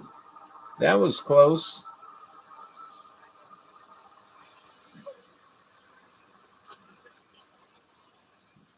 Boy, that was a close call.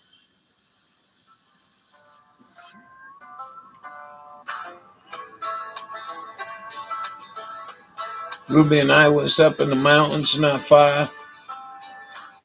And we had this beautiful meadow. We were camped there. Get out of the heat. High altitude anyway. One night we got 6-7 inches of snow dumped on us.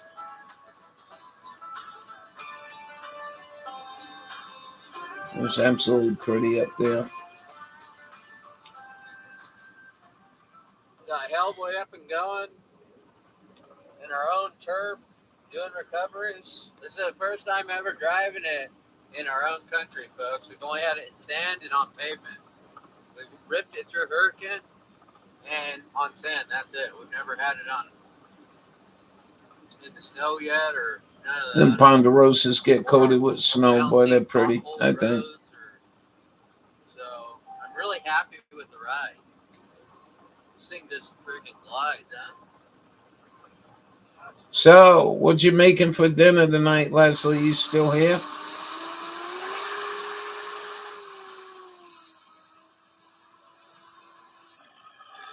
Cummings.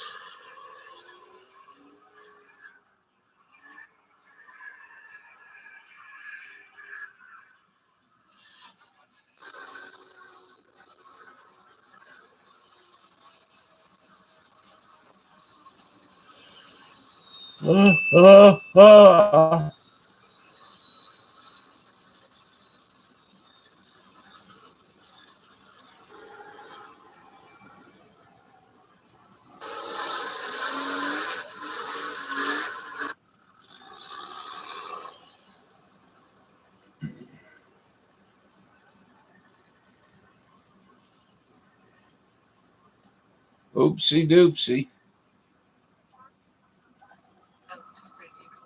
Yeah, it was a hole, fell in. I was like, Morning. Hey.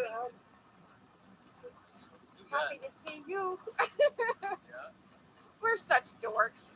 So first we did the Polaris and we got so close to it. That was on Sunday, and then this was yesterday. so I got stuck there. I used the recovery boards, and we got to here. And then that was it. Did you come in from that way? No. Came in this way. Okay. And I was going to make the U-turn because I knew the Polaris was right there. A lot of off-grid people this part of Arizona. Yeah, we came down. Solar panels, grow their own food. Elk, abundant here. Supposedly the biggest elk shot in America was shot from here. Oh boy.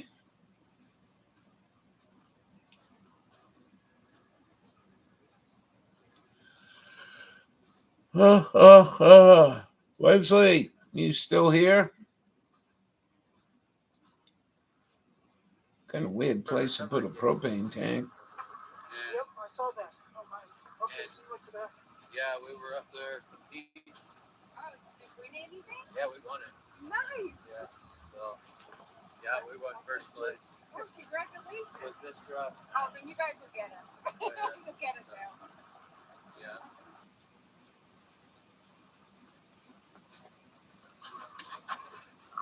I hiked up to the Polaris to see if he's still there. I'm like, I was told her I could see the Polaris.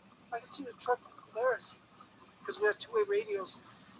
I hiked up there and talked to her the whole way. And I'm like, all right, grab some stuff we had in the Polaris that we could use. Kind of had that, needed that roll of toilet paper or something. This don't last long though. Not like it does up here. So we got him rigged up. He's buried. You know, he's aired down.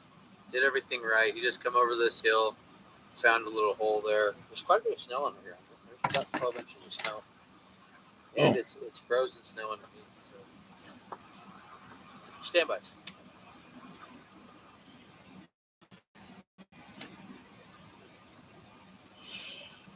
Mazda is. Oh, these are real wired pieces of shit, man. They have a major issue with these. Major issues. Mazda, more of what matters most to you.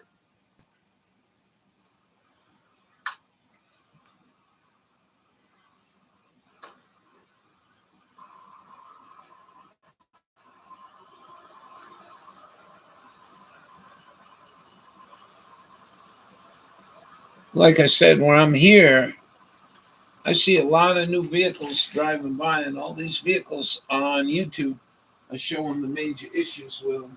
So I don't know if it's all AI or what.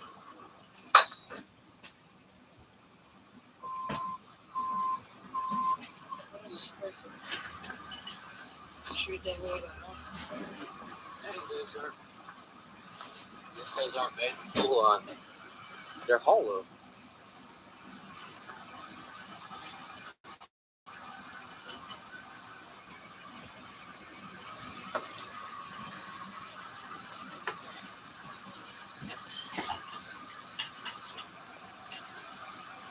the shack was good. It was just that part that looks good. So I can still use the shackles on the other bumper.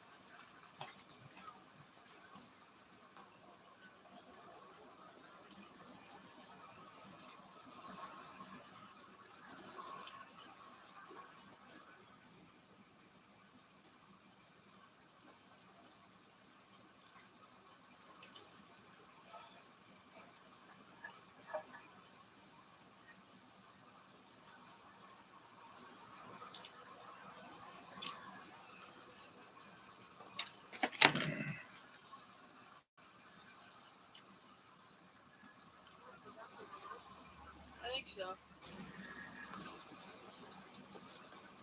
Instead of finagle him out of there. Boy, Hellboy didn't spin a tire, huh?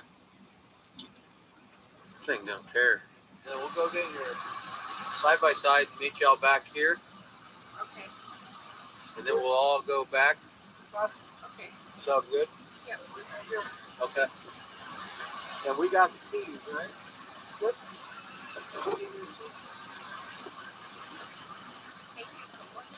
You bet.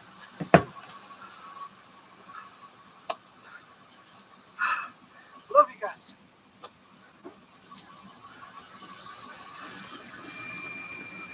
That's my rear steer joystick, folks. Damn. Pretty dope, huh?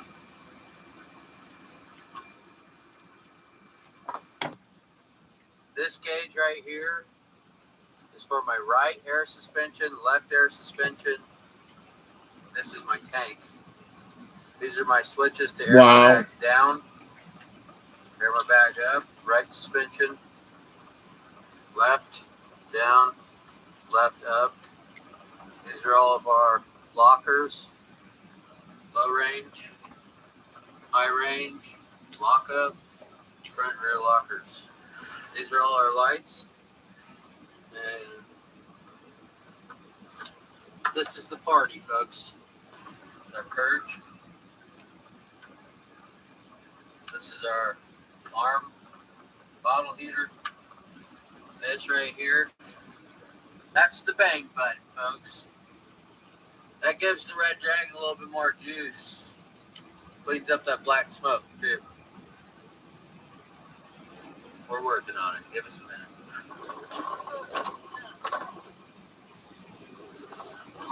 Yeah, correct.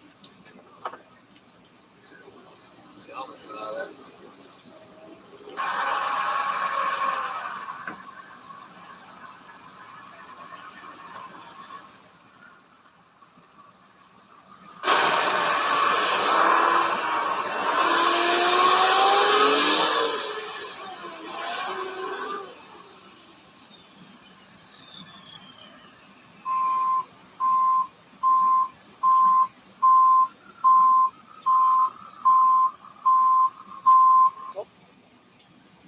We're Phoenix Energy, a family-owned oil company focused on unleashing American oil from North Dakota and Montana.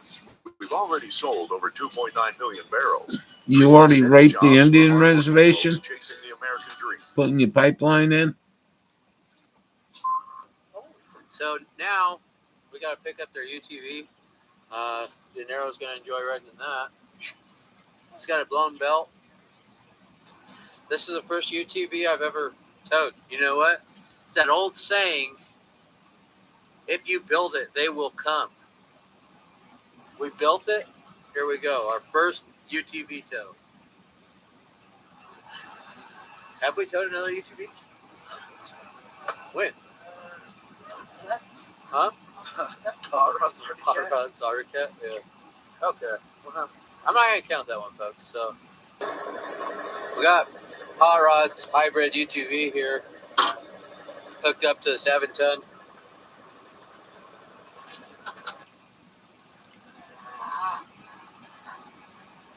I'm gonna be completely honest. I'm kind of excited about this. What? Doing our first UTV. I'm excited. You know, I've seen other channels do it a million times. I've never had the pleasure of doing it before.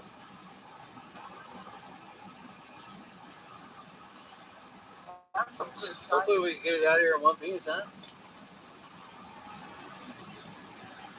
Blessed. Just have a blessed day. Hmm.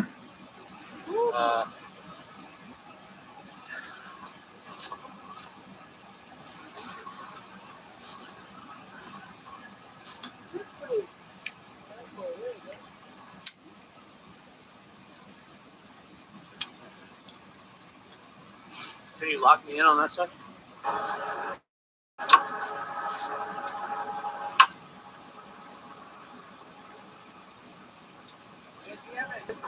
Yeah.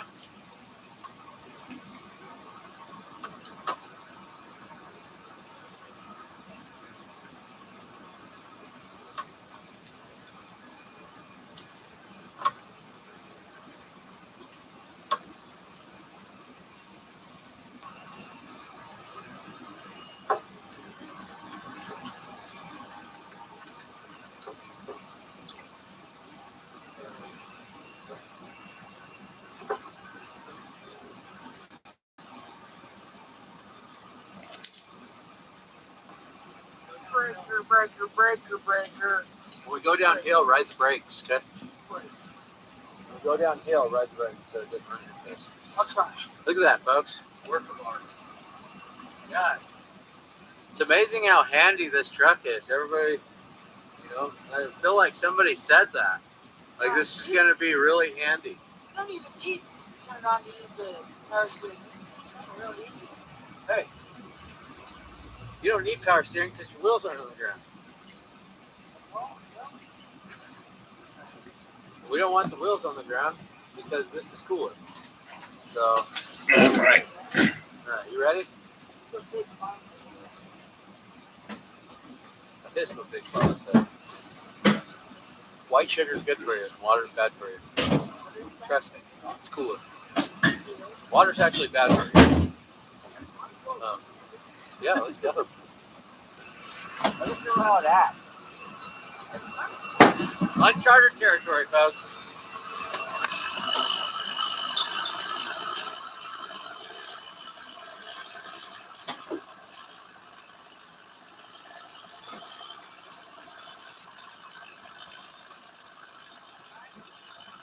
What?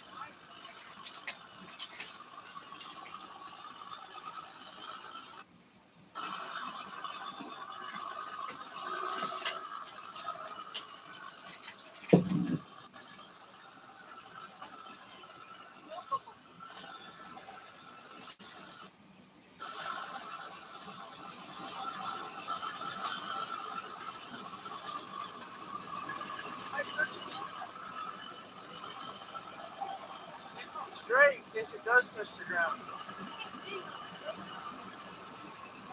Hey, you're good. That honestly, guys, it feels just how it feels when I'm like riding in the mid 400s in like Tacoma, so it's comfortable. I'm kind of scared, guys. I don't know why Wrecker Rick had to put me in here.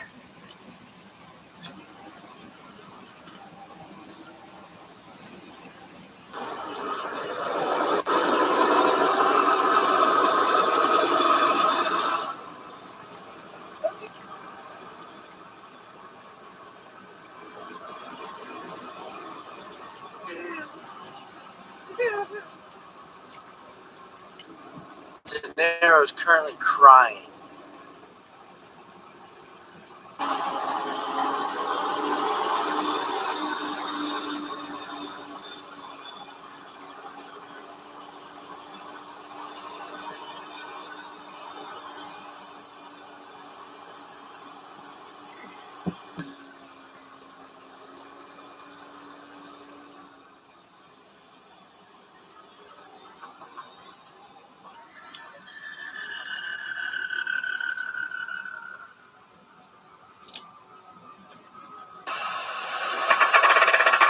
Uh-oh.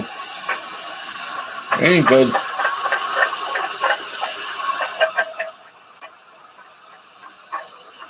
Hey, try it. Oh boy. Something come loose in your front end. So you only have two-wheel drive. Oh, really? So I have two-wheel drive, but I don't have four-wheel drive. No. So We have to tow this down and then tow this down. yeah. So which one you want to go out first? You want this one to go out first, or you want the UTV go? Hooked up. Yeah, we can run that out, and I'll come back. Oh, do you need one of us to go with you? Oh, okay, then we'll just sit here. Okay, sounds good. Please come Like I back. said, we left. The trailer's just sitting there by itself. Okay, I'll take that over there to that, and then I'll come back and pull this out. Oh. All right, sound good? When I first got here, folks, I seen the back end was buried, and so I kind of was wondering. It looked like only the rear tires were spinning, so sure enough, four-wheel drive's out on it, so I'll have to come back and get it next. So we'll take this little UTV out to the main road, and we'll come back and get that. You good? At least you don't have to steer. Yeah, it's colder than crap.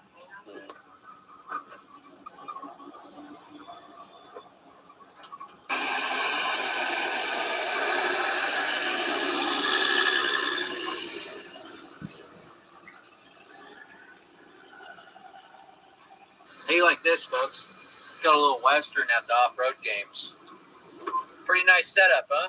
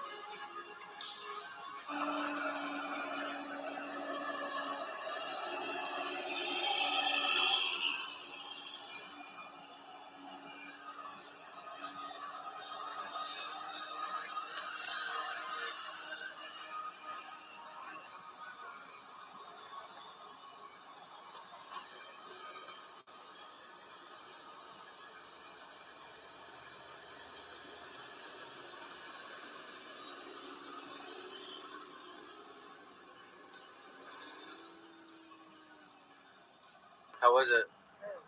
Huh? It's freezing. It's cold? You're cold? Just my feet. Worked pretty good, huh?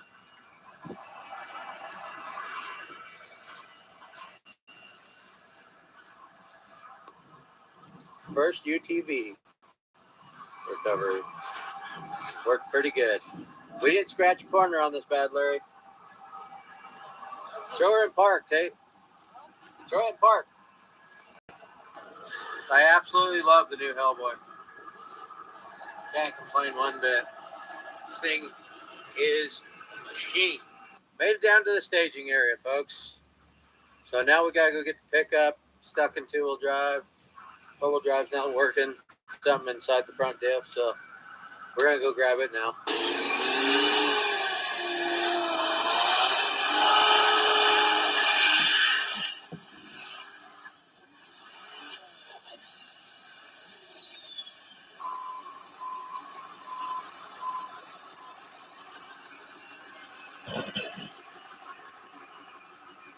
Ready?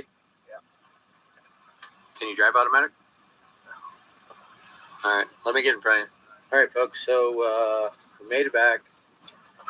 Got them turned around, and Heavy T is going to drive it out. So, should be all right. Mazda is the safest new car brand in America. She has no idea. But you do. Mazda, more of what matters most to you.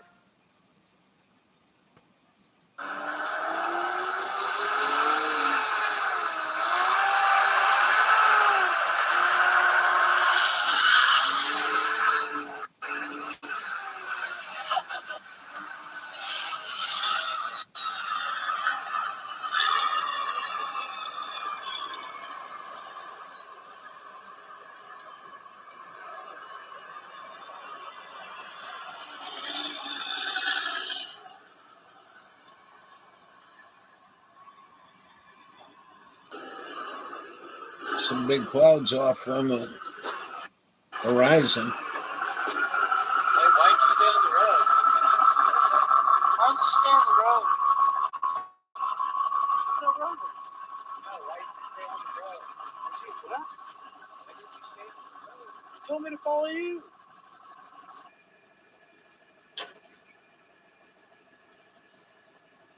You guys are coming here. Me too. I just want to see where you're looking from so I have a little knowledge of it. Yeah, we just go through the AR. Normally, I always do that. I just seen your red shackles. I usually don't go to people's shackles just because of that reason right there. But I looked at those. I was like, oh, those are like an inch thick. Those are fucking beefy. And I don't see the point of them. They're for looks. Inside. Did that come factory on here? Wow. The truck with everything on it, except for the rack in the back. I had it back.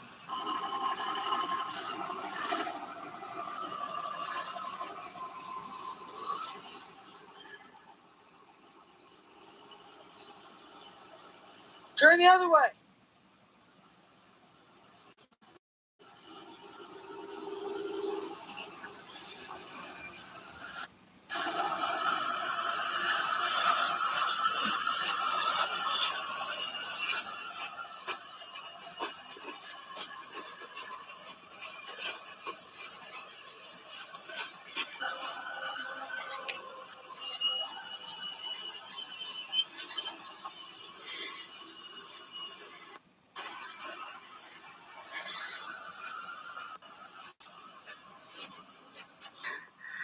Turn your wheels, bro.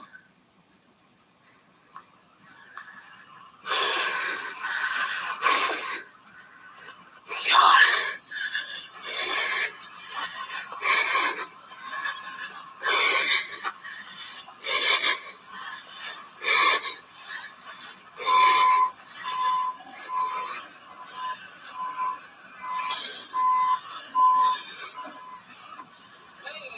What?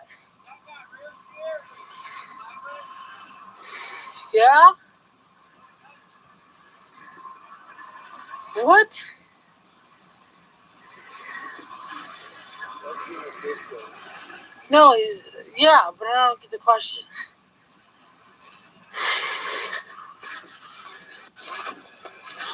Not filming the action, bro. Well, I was filming the tree.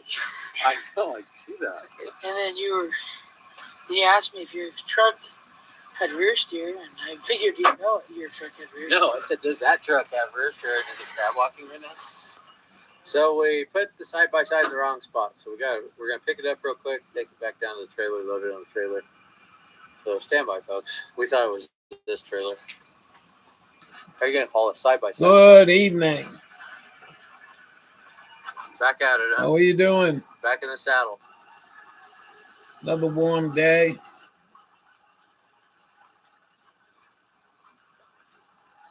We're in northern Arizona.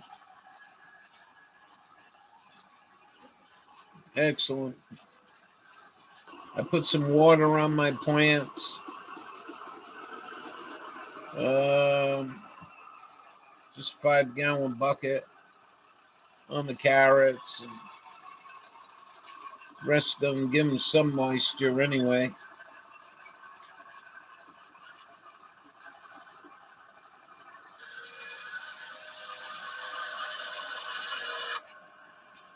Keep going. Back this way just a little. There you go. I think y'all would have been alright if your 4-wheel drive didn't go out. So, but, alright, have a good one. Have a good day. Thank you.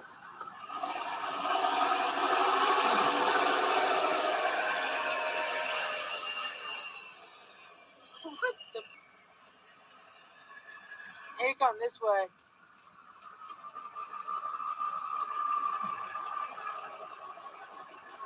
I'm not tired.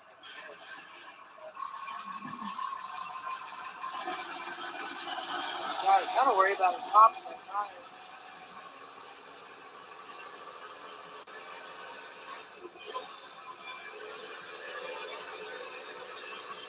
Oh, are they really?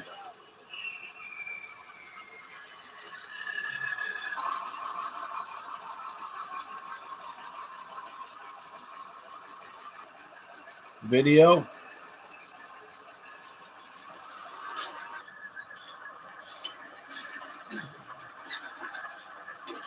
Look at that. Look how quick it There cleared goes up. another satisfied customer. Take care, folks.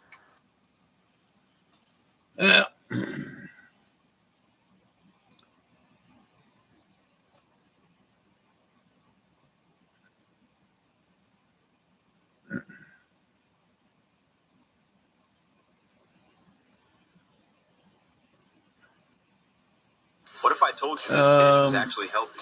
Let's be real. Factor's menu is way healthier than the competition. Their chefs actually know what they're doing. Every meal's balanced and built to support my goals. I needed high protein meals that aren't bland or boring. That's exactly what Factor.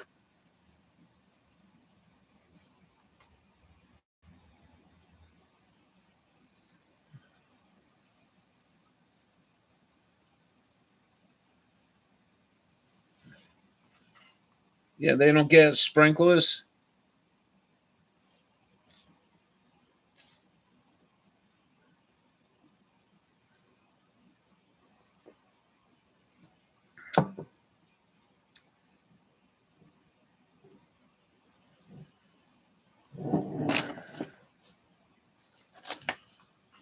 Ah.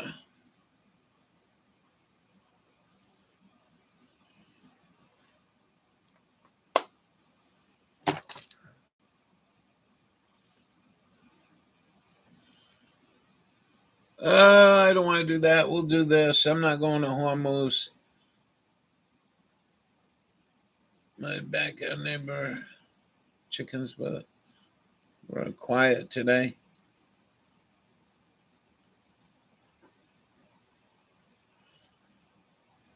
Fan in the kennel. We'll go out with this. Oh, yummy. Welcome.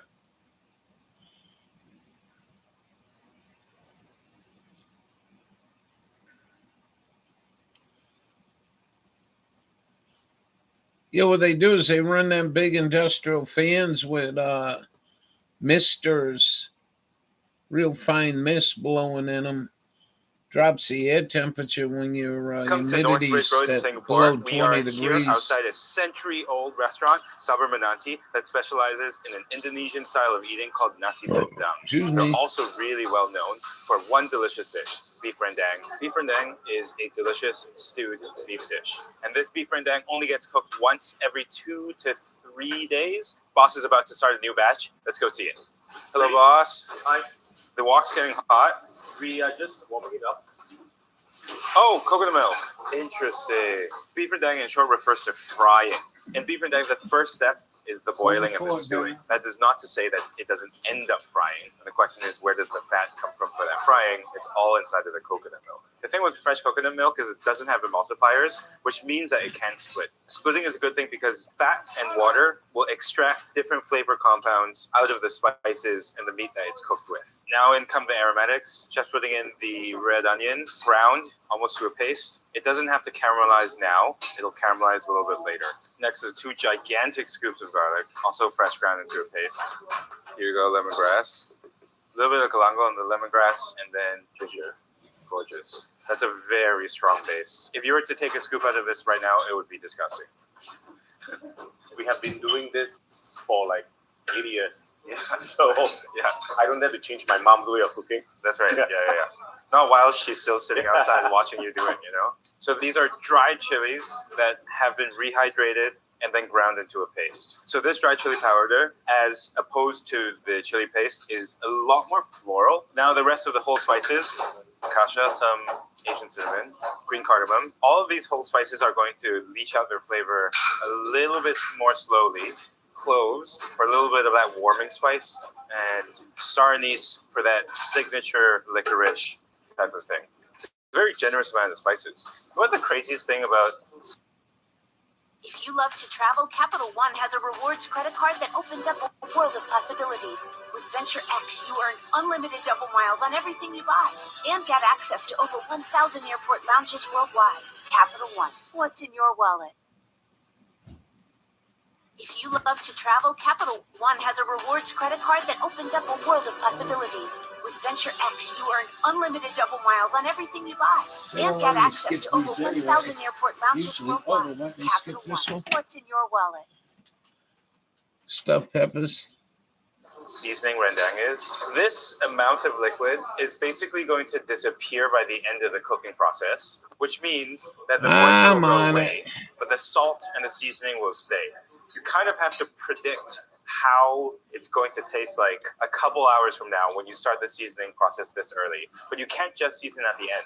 If you season at the end, it's not going to be flavorful now. Come here. Look at this. See how it says pepper? It's not pepper. It's Mom's secret seasoning that she makes at home. I can smell clove, and I think I can smell nutmeg, but there are a bunch of other things I cannot identify. Her son doesn't know the recipe. The employees don't know the recipe. This is a third-generation, century-old restaurant, but there are some things that are still kept under lock and key. Here comes the beef. This cut of beef is the rump, which is the top part of the hind leg. It's a very lean cut of beef with a little bit of tendon on the outside. A leaner cut is actually going to be quite flavorful in terms of the meat if you treat it correctly. How's your garden comes from looking? a tradition of preserving the meat, and Peppers fat came out and meat yummy. gets in the way of that preservation process. What do you think is the secret to a perfect rendang? For us, I think it's making the rendang the old authentic way, the old school way, constant stirring, after which just slow cook. I don't know where this guy is, but if he's overseas, it's probably pretty good beef. Tender and perfect, yeah.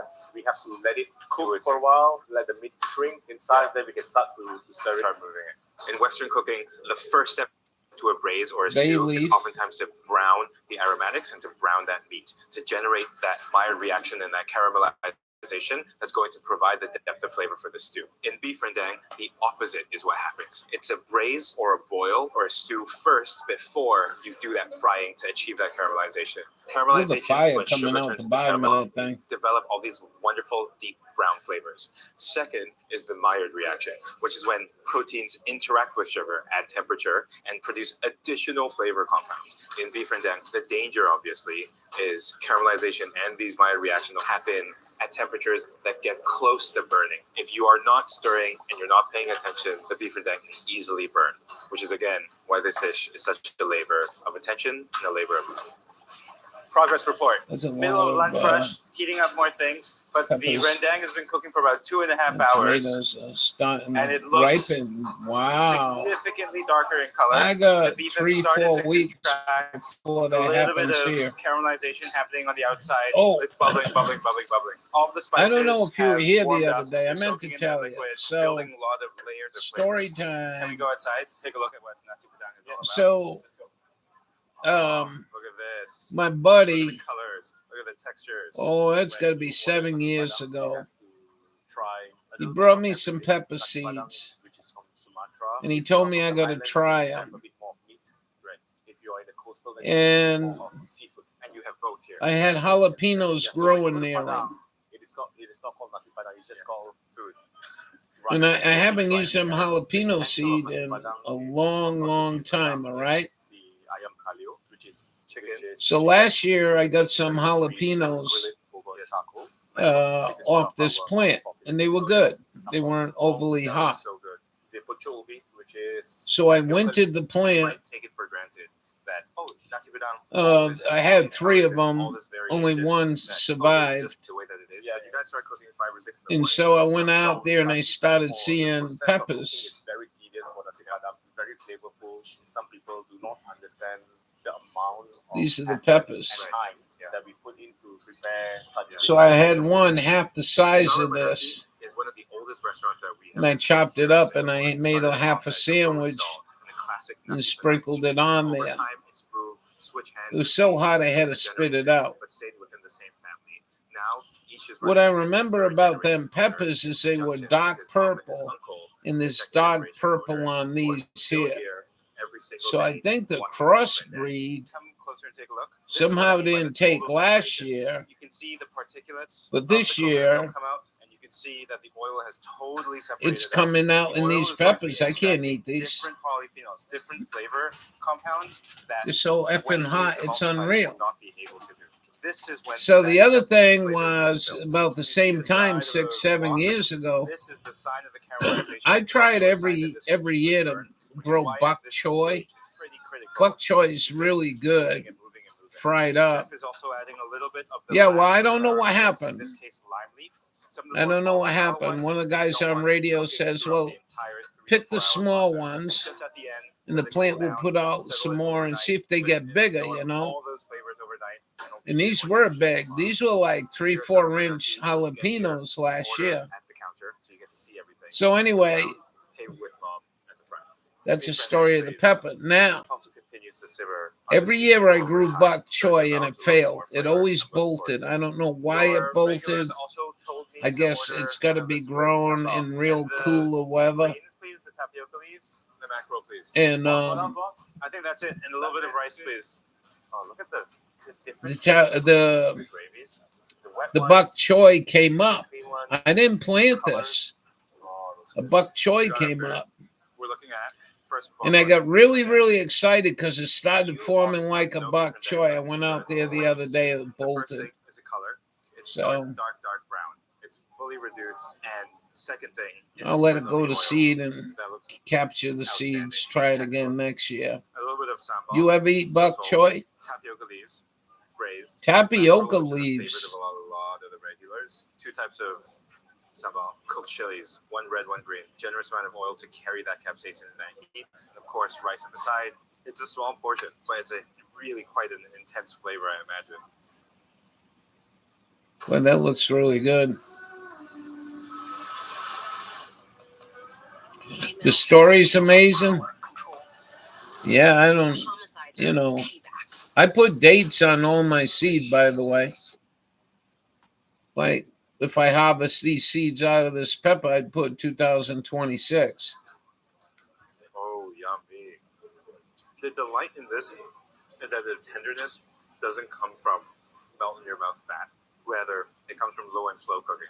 So, as the beef comes apart, it's stringy. Now, that's the way I can eat rice. Heavily spiced dishes. Bok choy, but I've never grown it in my garden. Well, I would urge you, if you can get bok choy seed now, put them in. Because where you live, you might be able to get them to grow. The cinnamons, and then some of those floral notes begin to hit you, but then also the capsaicin, the spice begins to build from the chili peppers.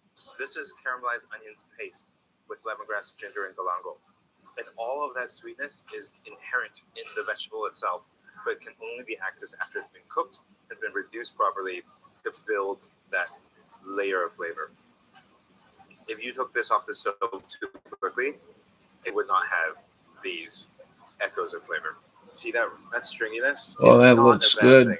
Of course, this would be watch bean and green beans are but with this cut the traditional way, it is still unbeatable. So delicious. Tapioca leaves to quell a little What do you mean unbeatable? They're the best you had?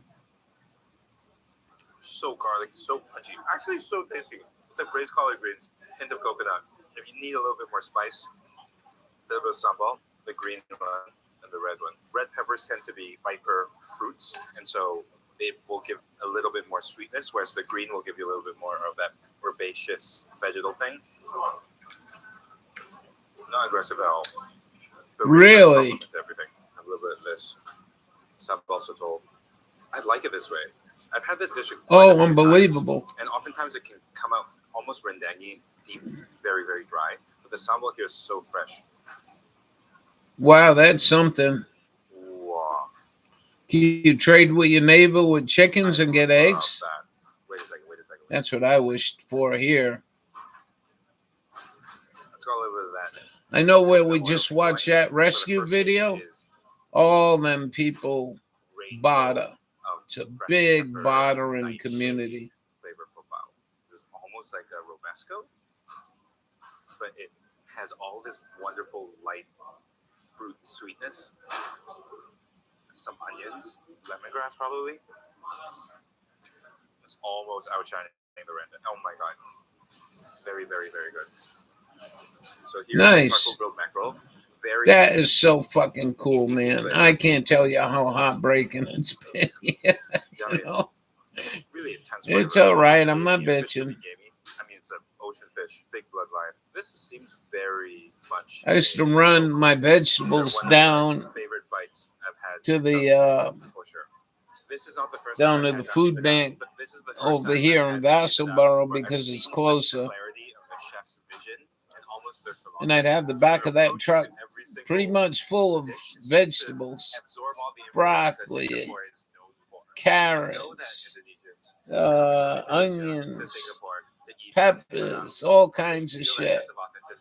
And I would always stop and see my neighbor. I still see that, and that they approach every single dish with different intentions, with their own recipes. I would stop in. I say, I got a bunch of vegetables. We don't eat vegetables. We've just started the adventure of understanding everything. Well, you don't eat no vegetables at all, broccoli and nothing. Nope. Especially because it is such a great way to start to understand a lot of the. Well, I used to bring a lot of stuff down there, you know. Ended up here in Singapore. And I was made me feel a little bit better living here, you know.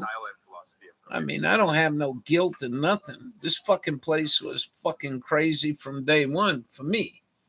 I'm not saying for you or anyone else. There was just something here that just never clicked. So I would do that, and they just look at me. We don't eat vegetables. Fucking fresh carrots.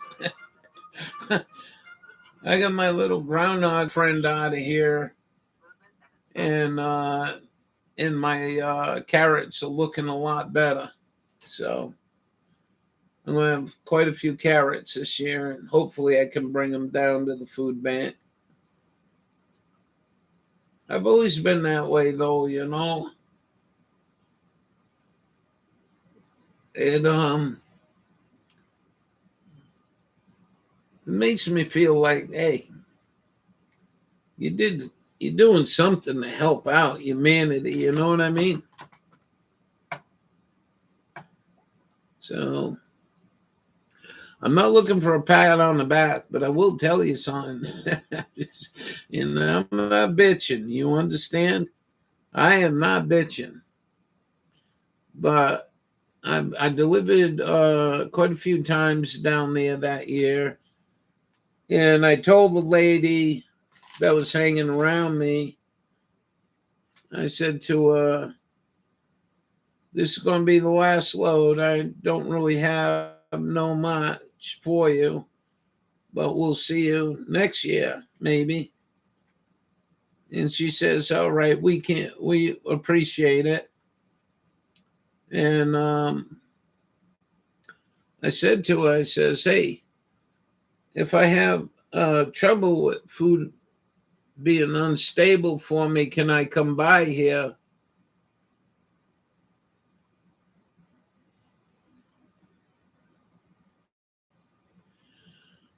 Even with your fence? Now the chipmunks I understand. But the groundhog, I thought you put a fence in.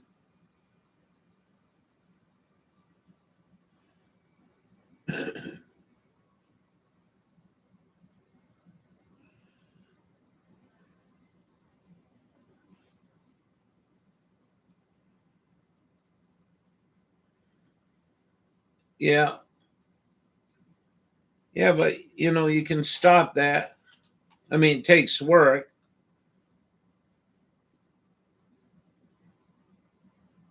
Way down. Well, maybe I was always told to go get a 2x12 pressure treated, sink it completely in the ground so it's 4 inches under, and then staple your fence to it.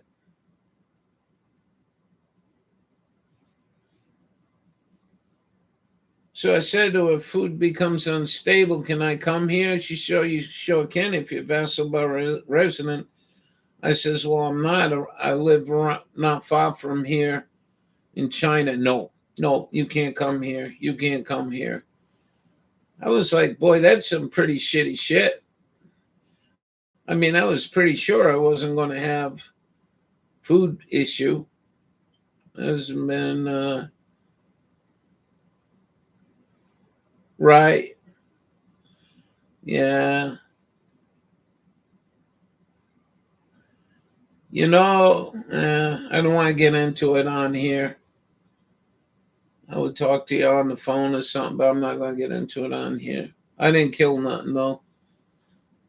But you got to be real careful, Laura, because I know they got laws there, too. And even if you take them to a park or something, then, boy, they catch you doing that. I think it's a big fine. They'd rather see you kill the fucking things. I really like the guy. I mean, I didn't, anyway. So I felt like, I says, I mean, if I was in that situation, I would have said to me, I would have says, listen, you'll be a Vassalboro residence here, but you have given us quite a bit. If you have trouble, I can help you out once in a while. You just come and see me. Okay? Something down to earth. Nope. So this year, I found out since last time I donated that there's one here in China. So I'll go see if I can donate there.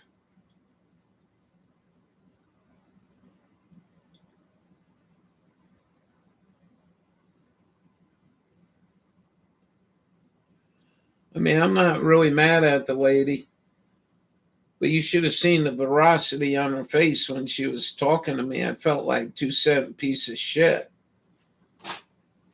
But they get busy there. They're all busy. The whole fucking country's in a fucking mess, I think. But the administration keeps saying we're doing really good financially. $4.99 a gallon. $4.99 a gallon for home heating fuel. You heard that right.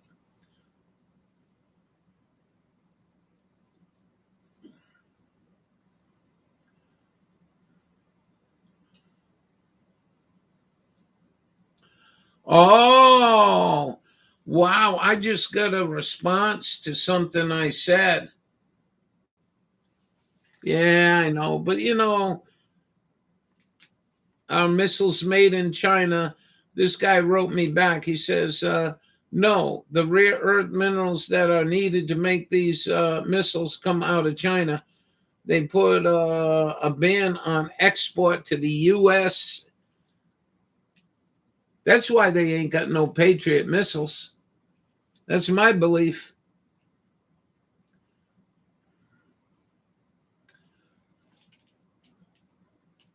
Wow. So Hexath or whatever his name is in Trump supposedly had a blowout. That Hexath was F, whatever the cocksucker's name is, was telling Trump they had plenty of missiles and they didn't, supposedly. And I heard the Patriot was all done anyways, the Patriot missile.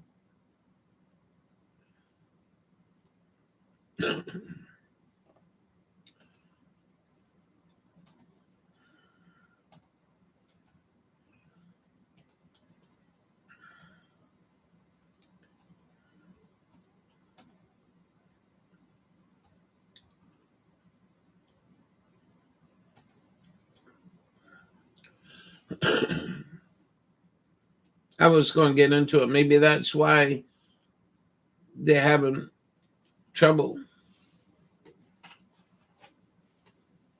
Well,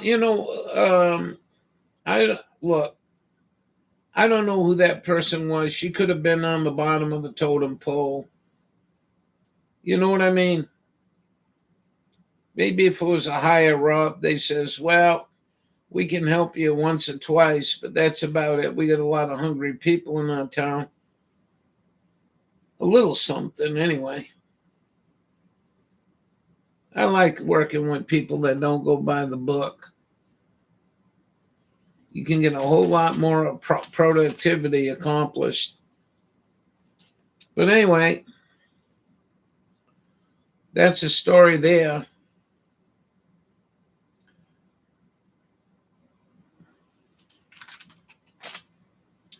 You take them peppers, you get yourself some good onion. You go to the market, see if you can get chorizo, if you never had it, or linguiça. You chop that linguiça up, chop your onions and peppers up, and slow cook them in spaghetti sauce. Oh my gosh. You ever had linguiça or chorizo? Make sure it's Gaspar's. Michael's is okay, but Gaspar's is, they're built 40 years ago the same way it was 40 years ago. Yeah, linguiça, peppers, onions, oh yeah, and tomato sauce. Then you get some nice torpedo boat rolls. Maybe if you can find them hard Italian rolls that are hard on the outside and soft on the inside. Oh man. Don't skim the grease off either.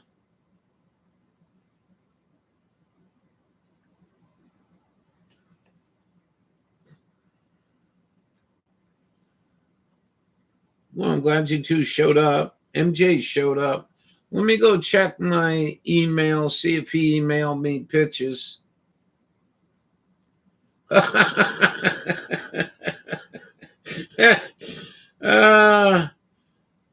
I'm sorry about that. You should see what happens about 11, 12, 1 o'clock in the morning with these old 70, 80-year-olds I hang out with on ham radio at night. It's too hot to eat. Well,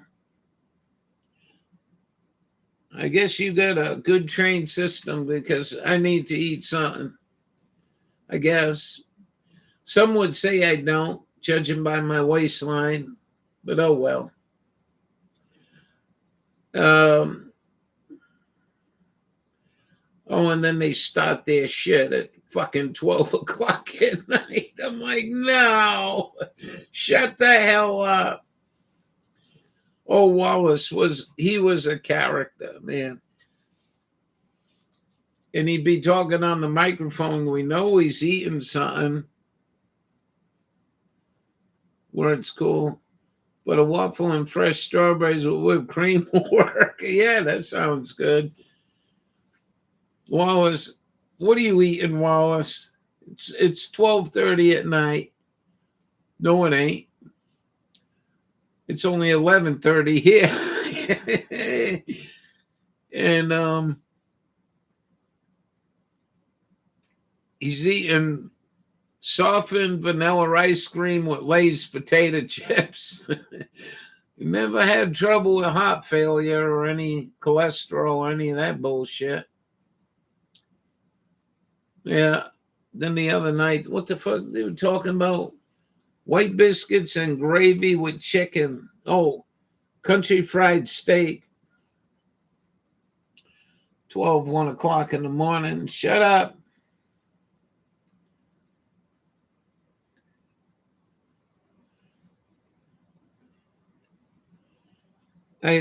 Ice.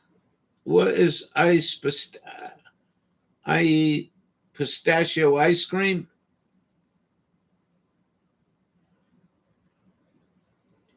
Leslie likes her waffles. Boy, you got a waffle maker, I take it, Leslie.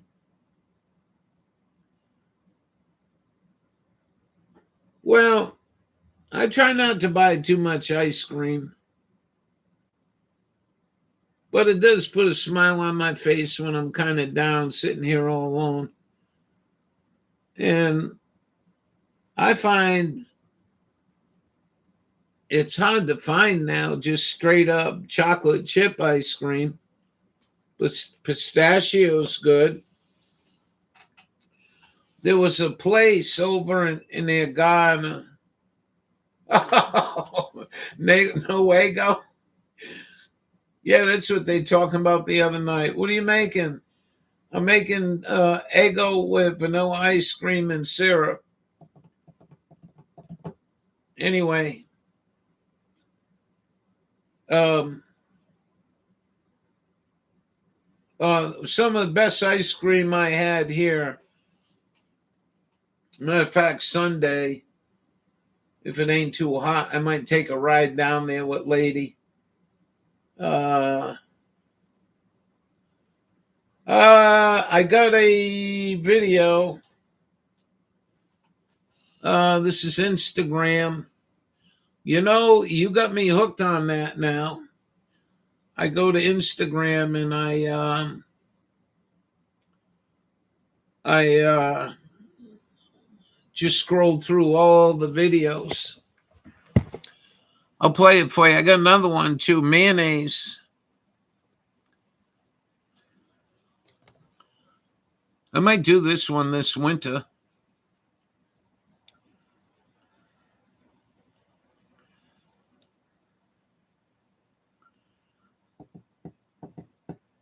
Tillamook makes mint chocolate chip, chocolate ice cream bars.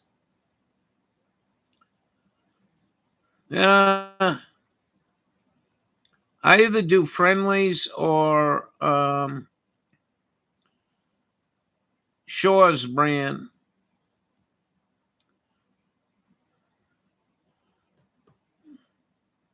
Ice cream from the store because I'm going to show you how to make the easiest homemade vanilla ice cream. It's so easy to make, super creamy, and it's way better than the store. The good quality ice cream is so expensive,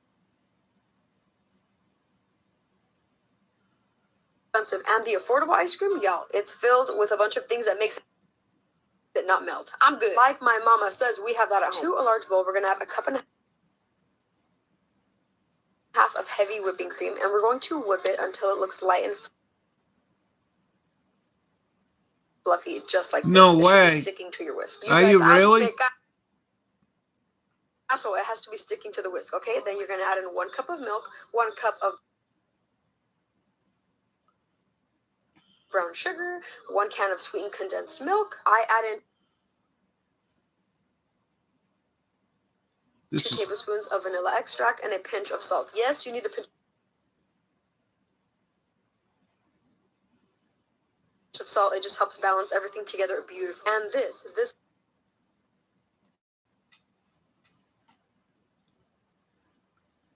I make my own vanilla ice cream. This is what melted ice cream should look like. It should be complete watery cream. Put it into a container and put some saran wrap on top, and then tap that. Well, if you gotta go, you gotta go. Saran wrap down because we do not want any ice crystals in there. For 3 hours. I'm really shocked that this won't play. Give it a good mix. This is when you can now. And it won't play even straightforward on my all the toppings Windows you want, and then put it back in the freezer overnight. When I tell you.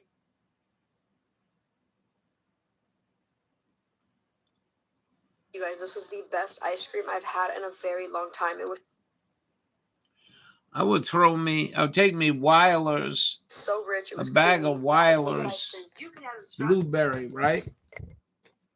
Weiler's blueberry. You can add put them in a colander, wash them. You want this? I'll put the link in chat.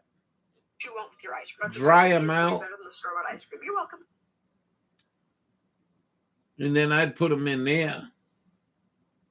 Really? Hold on. I gotta go look at Lightning Tracker to see what you're talking about. Really? Boy, New York got hammered, man. I don't know if you've seen what happened in New York around. Oh, that was around 4 o'clock. They were getting hammered, man, with all kinds of shit.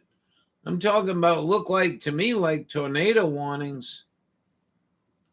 Let's go to Lightning Tracker. This map don't give me too many towns, so just give me a second. I know I got a big mess out in between me and Europe right now. And that wreaks havoc on my radio. You know what I've been doing at night? Is listening to AM radio. See how far I can pick up stations. I've been listening to WBZ. And then there's three channels on there. 3 stations. And they play old top 40 music like when I was a kid. They'll play an Al Green last night. Oh, no way. Don't blow up.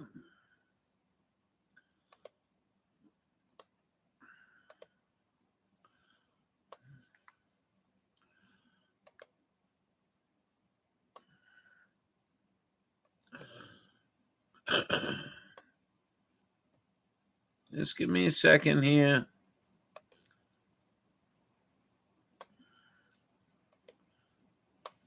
Oh, hold on. Damn, look at this shit going on. Oh, come on, get the fuck off my goddamn screen.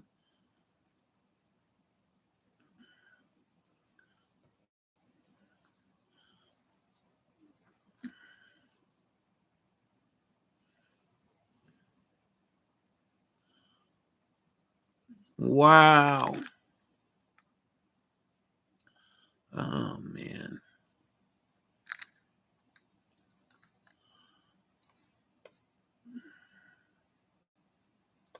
Damn, girl. What are you wagging your tail for? She is such a trip. See, I don't have no lines here. But this, I would think, would be around you.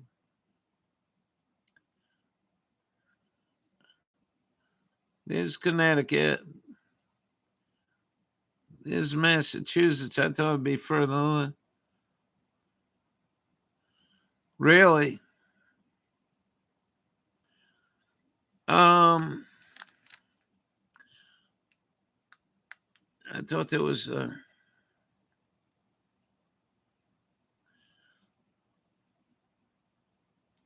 lines, coverage.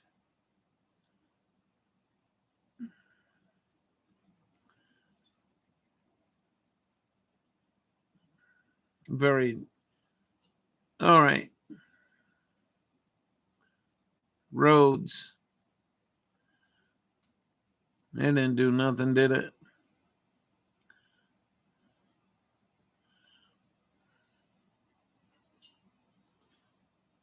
It's about the best I can do for you. I thought Shrewsbury was up here somewhere, but maybe I'm wrong. Yeah, don't give me no idea.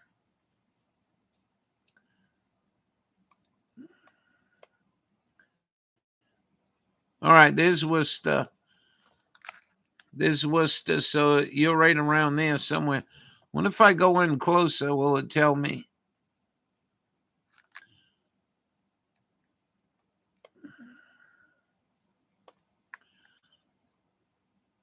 Worcester.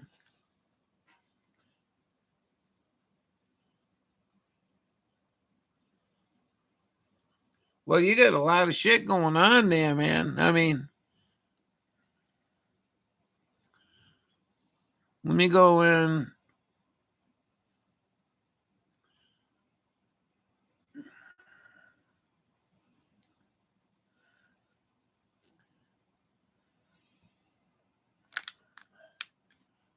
Rentham.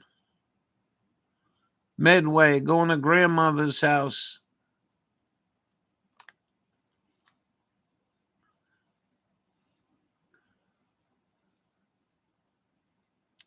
I don't see Shrewsbury.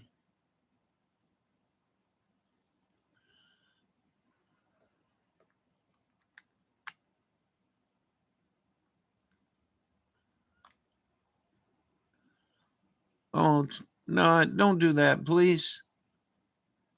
Just get off the screen.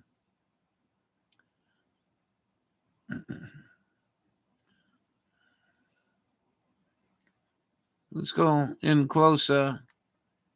Whitingsville, Northbridge,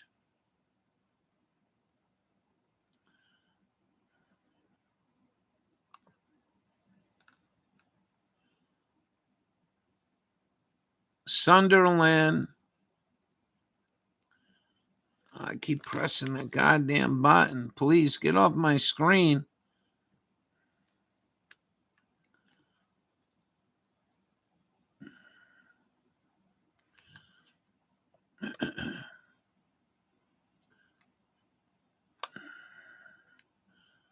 $3.95.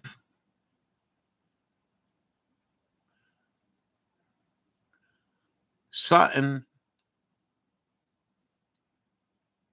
Why isn't Shrewsbury showing up?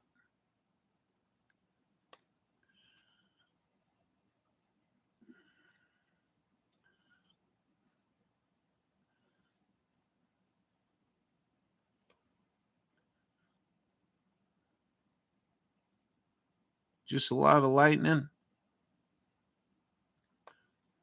Well, that's dangerous, you know.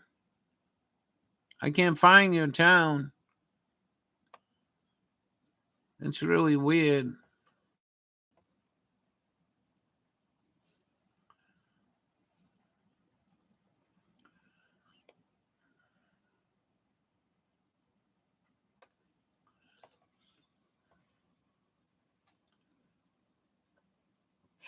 That's what happens out west a lot.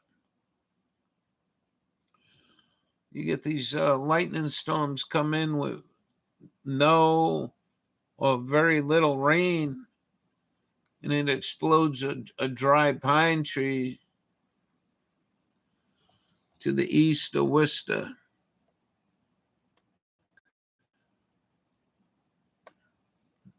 No, you can't find Worcester.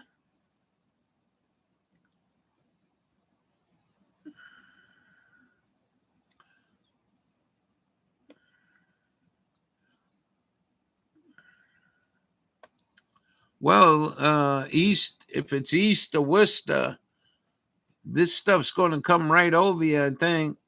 Northbridge.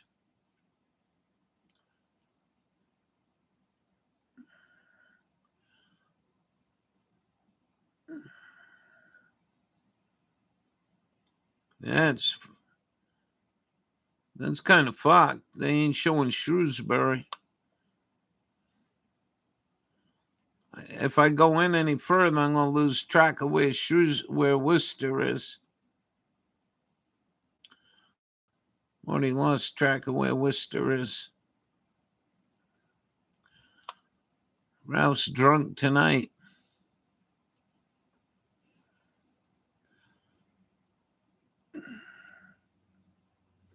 All right, there's Worcester.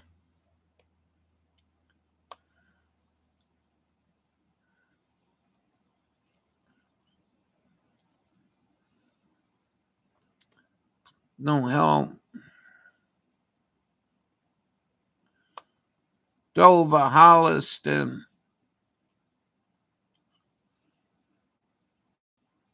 Where are you from, Holliston?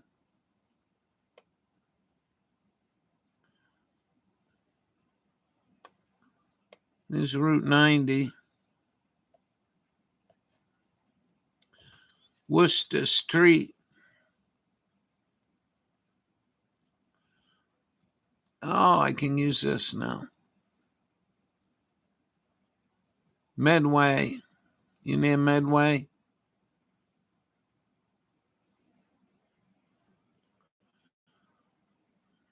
Upton. Why does it keep doing that to me?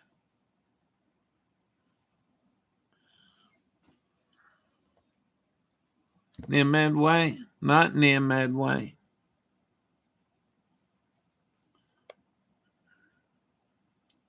I gotta go find Worcester again.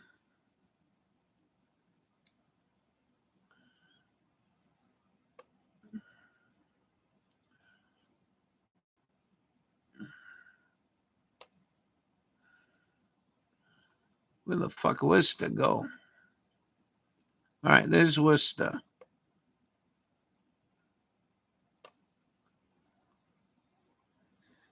Millbury ain't showing up on the map.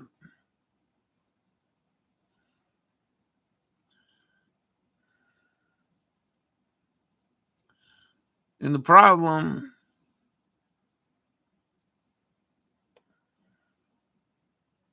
Millbury. All right, well, there's Millbury. I don't know why Shrewsbury ain't coming up on the map. Maybe they couldn't spell it. Oh, come on, man.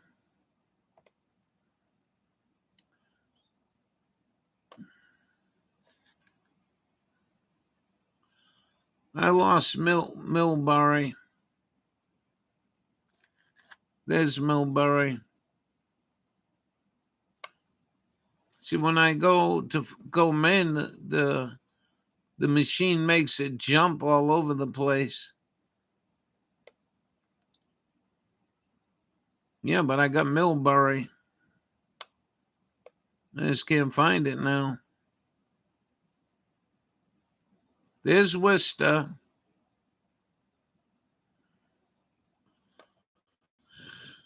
Wow, this just fucking hurt my brain. Now, where'd Millbury go? The map is jumping all around. Yeah, now I can't find Worcester ain't on the map.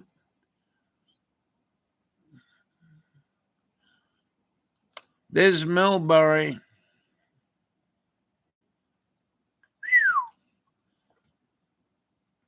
I'm not going to mess with it no more. That's as close as we can get to Shrewsbury. Yeah. You want this? You know, if you live right here, I'm going to tell you something, and you watch this map. As soon as them lines get over your watch, say you live right here, as soon as that line hits you, you'll hear the thunder. Honest to God. It's very, very accurate.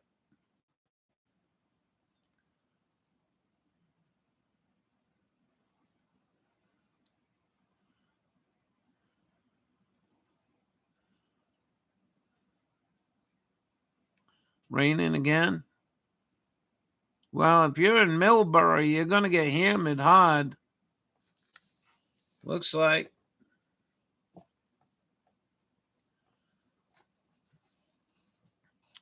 Like I said, I can scroll out. The problem is, if I scroll out, the map jumps. That kind of screws me up. Boy, Route 90 is getting hammered. Look at that, one after another. You take care. Have a good night. Hope that was a help to you. If you want it, it's called lightningmaps.org. Leslie, have a good night. Rhonda never came back. We'll see you later. Have a good night. Catch you in the morning. Be good to yourself. Be good to others if you can. If not, fuck them. See you in the morning.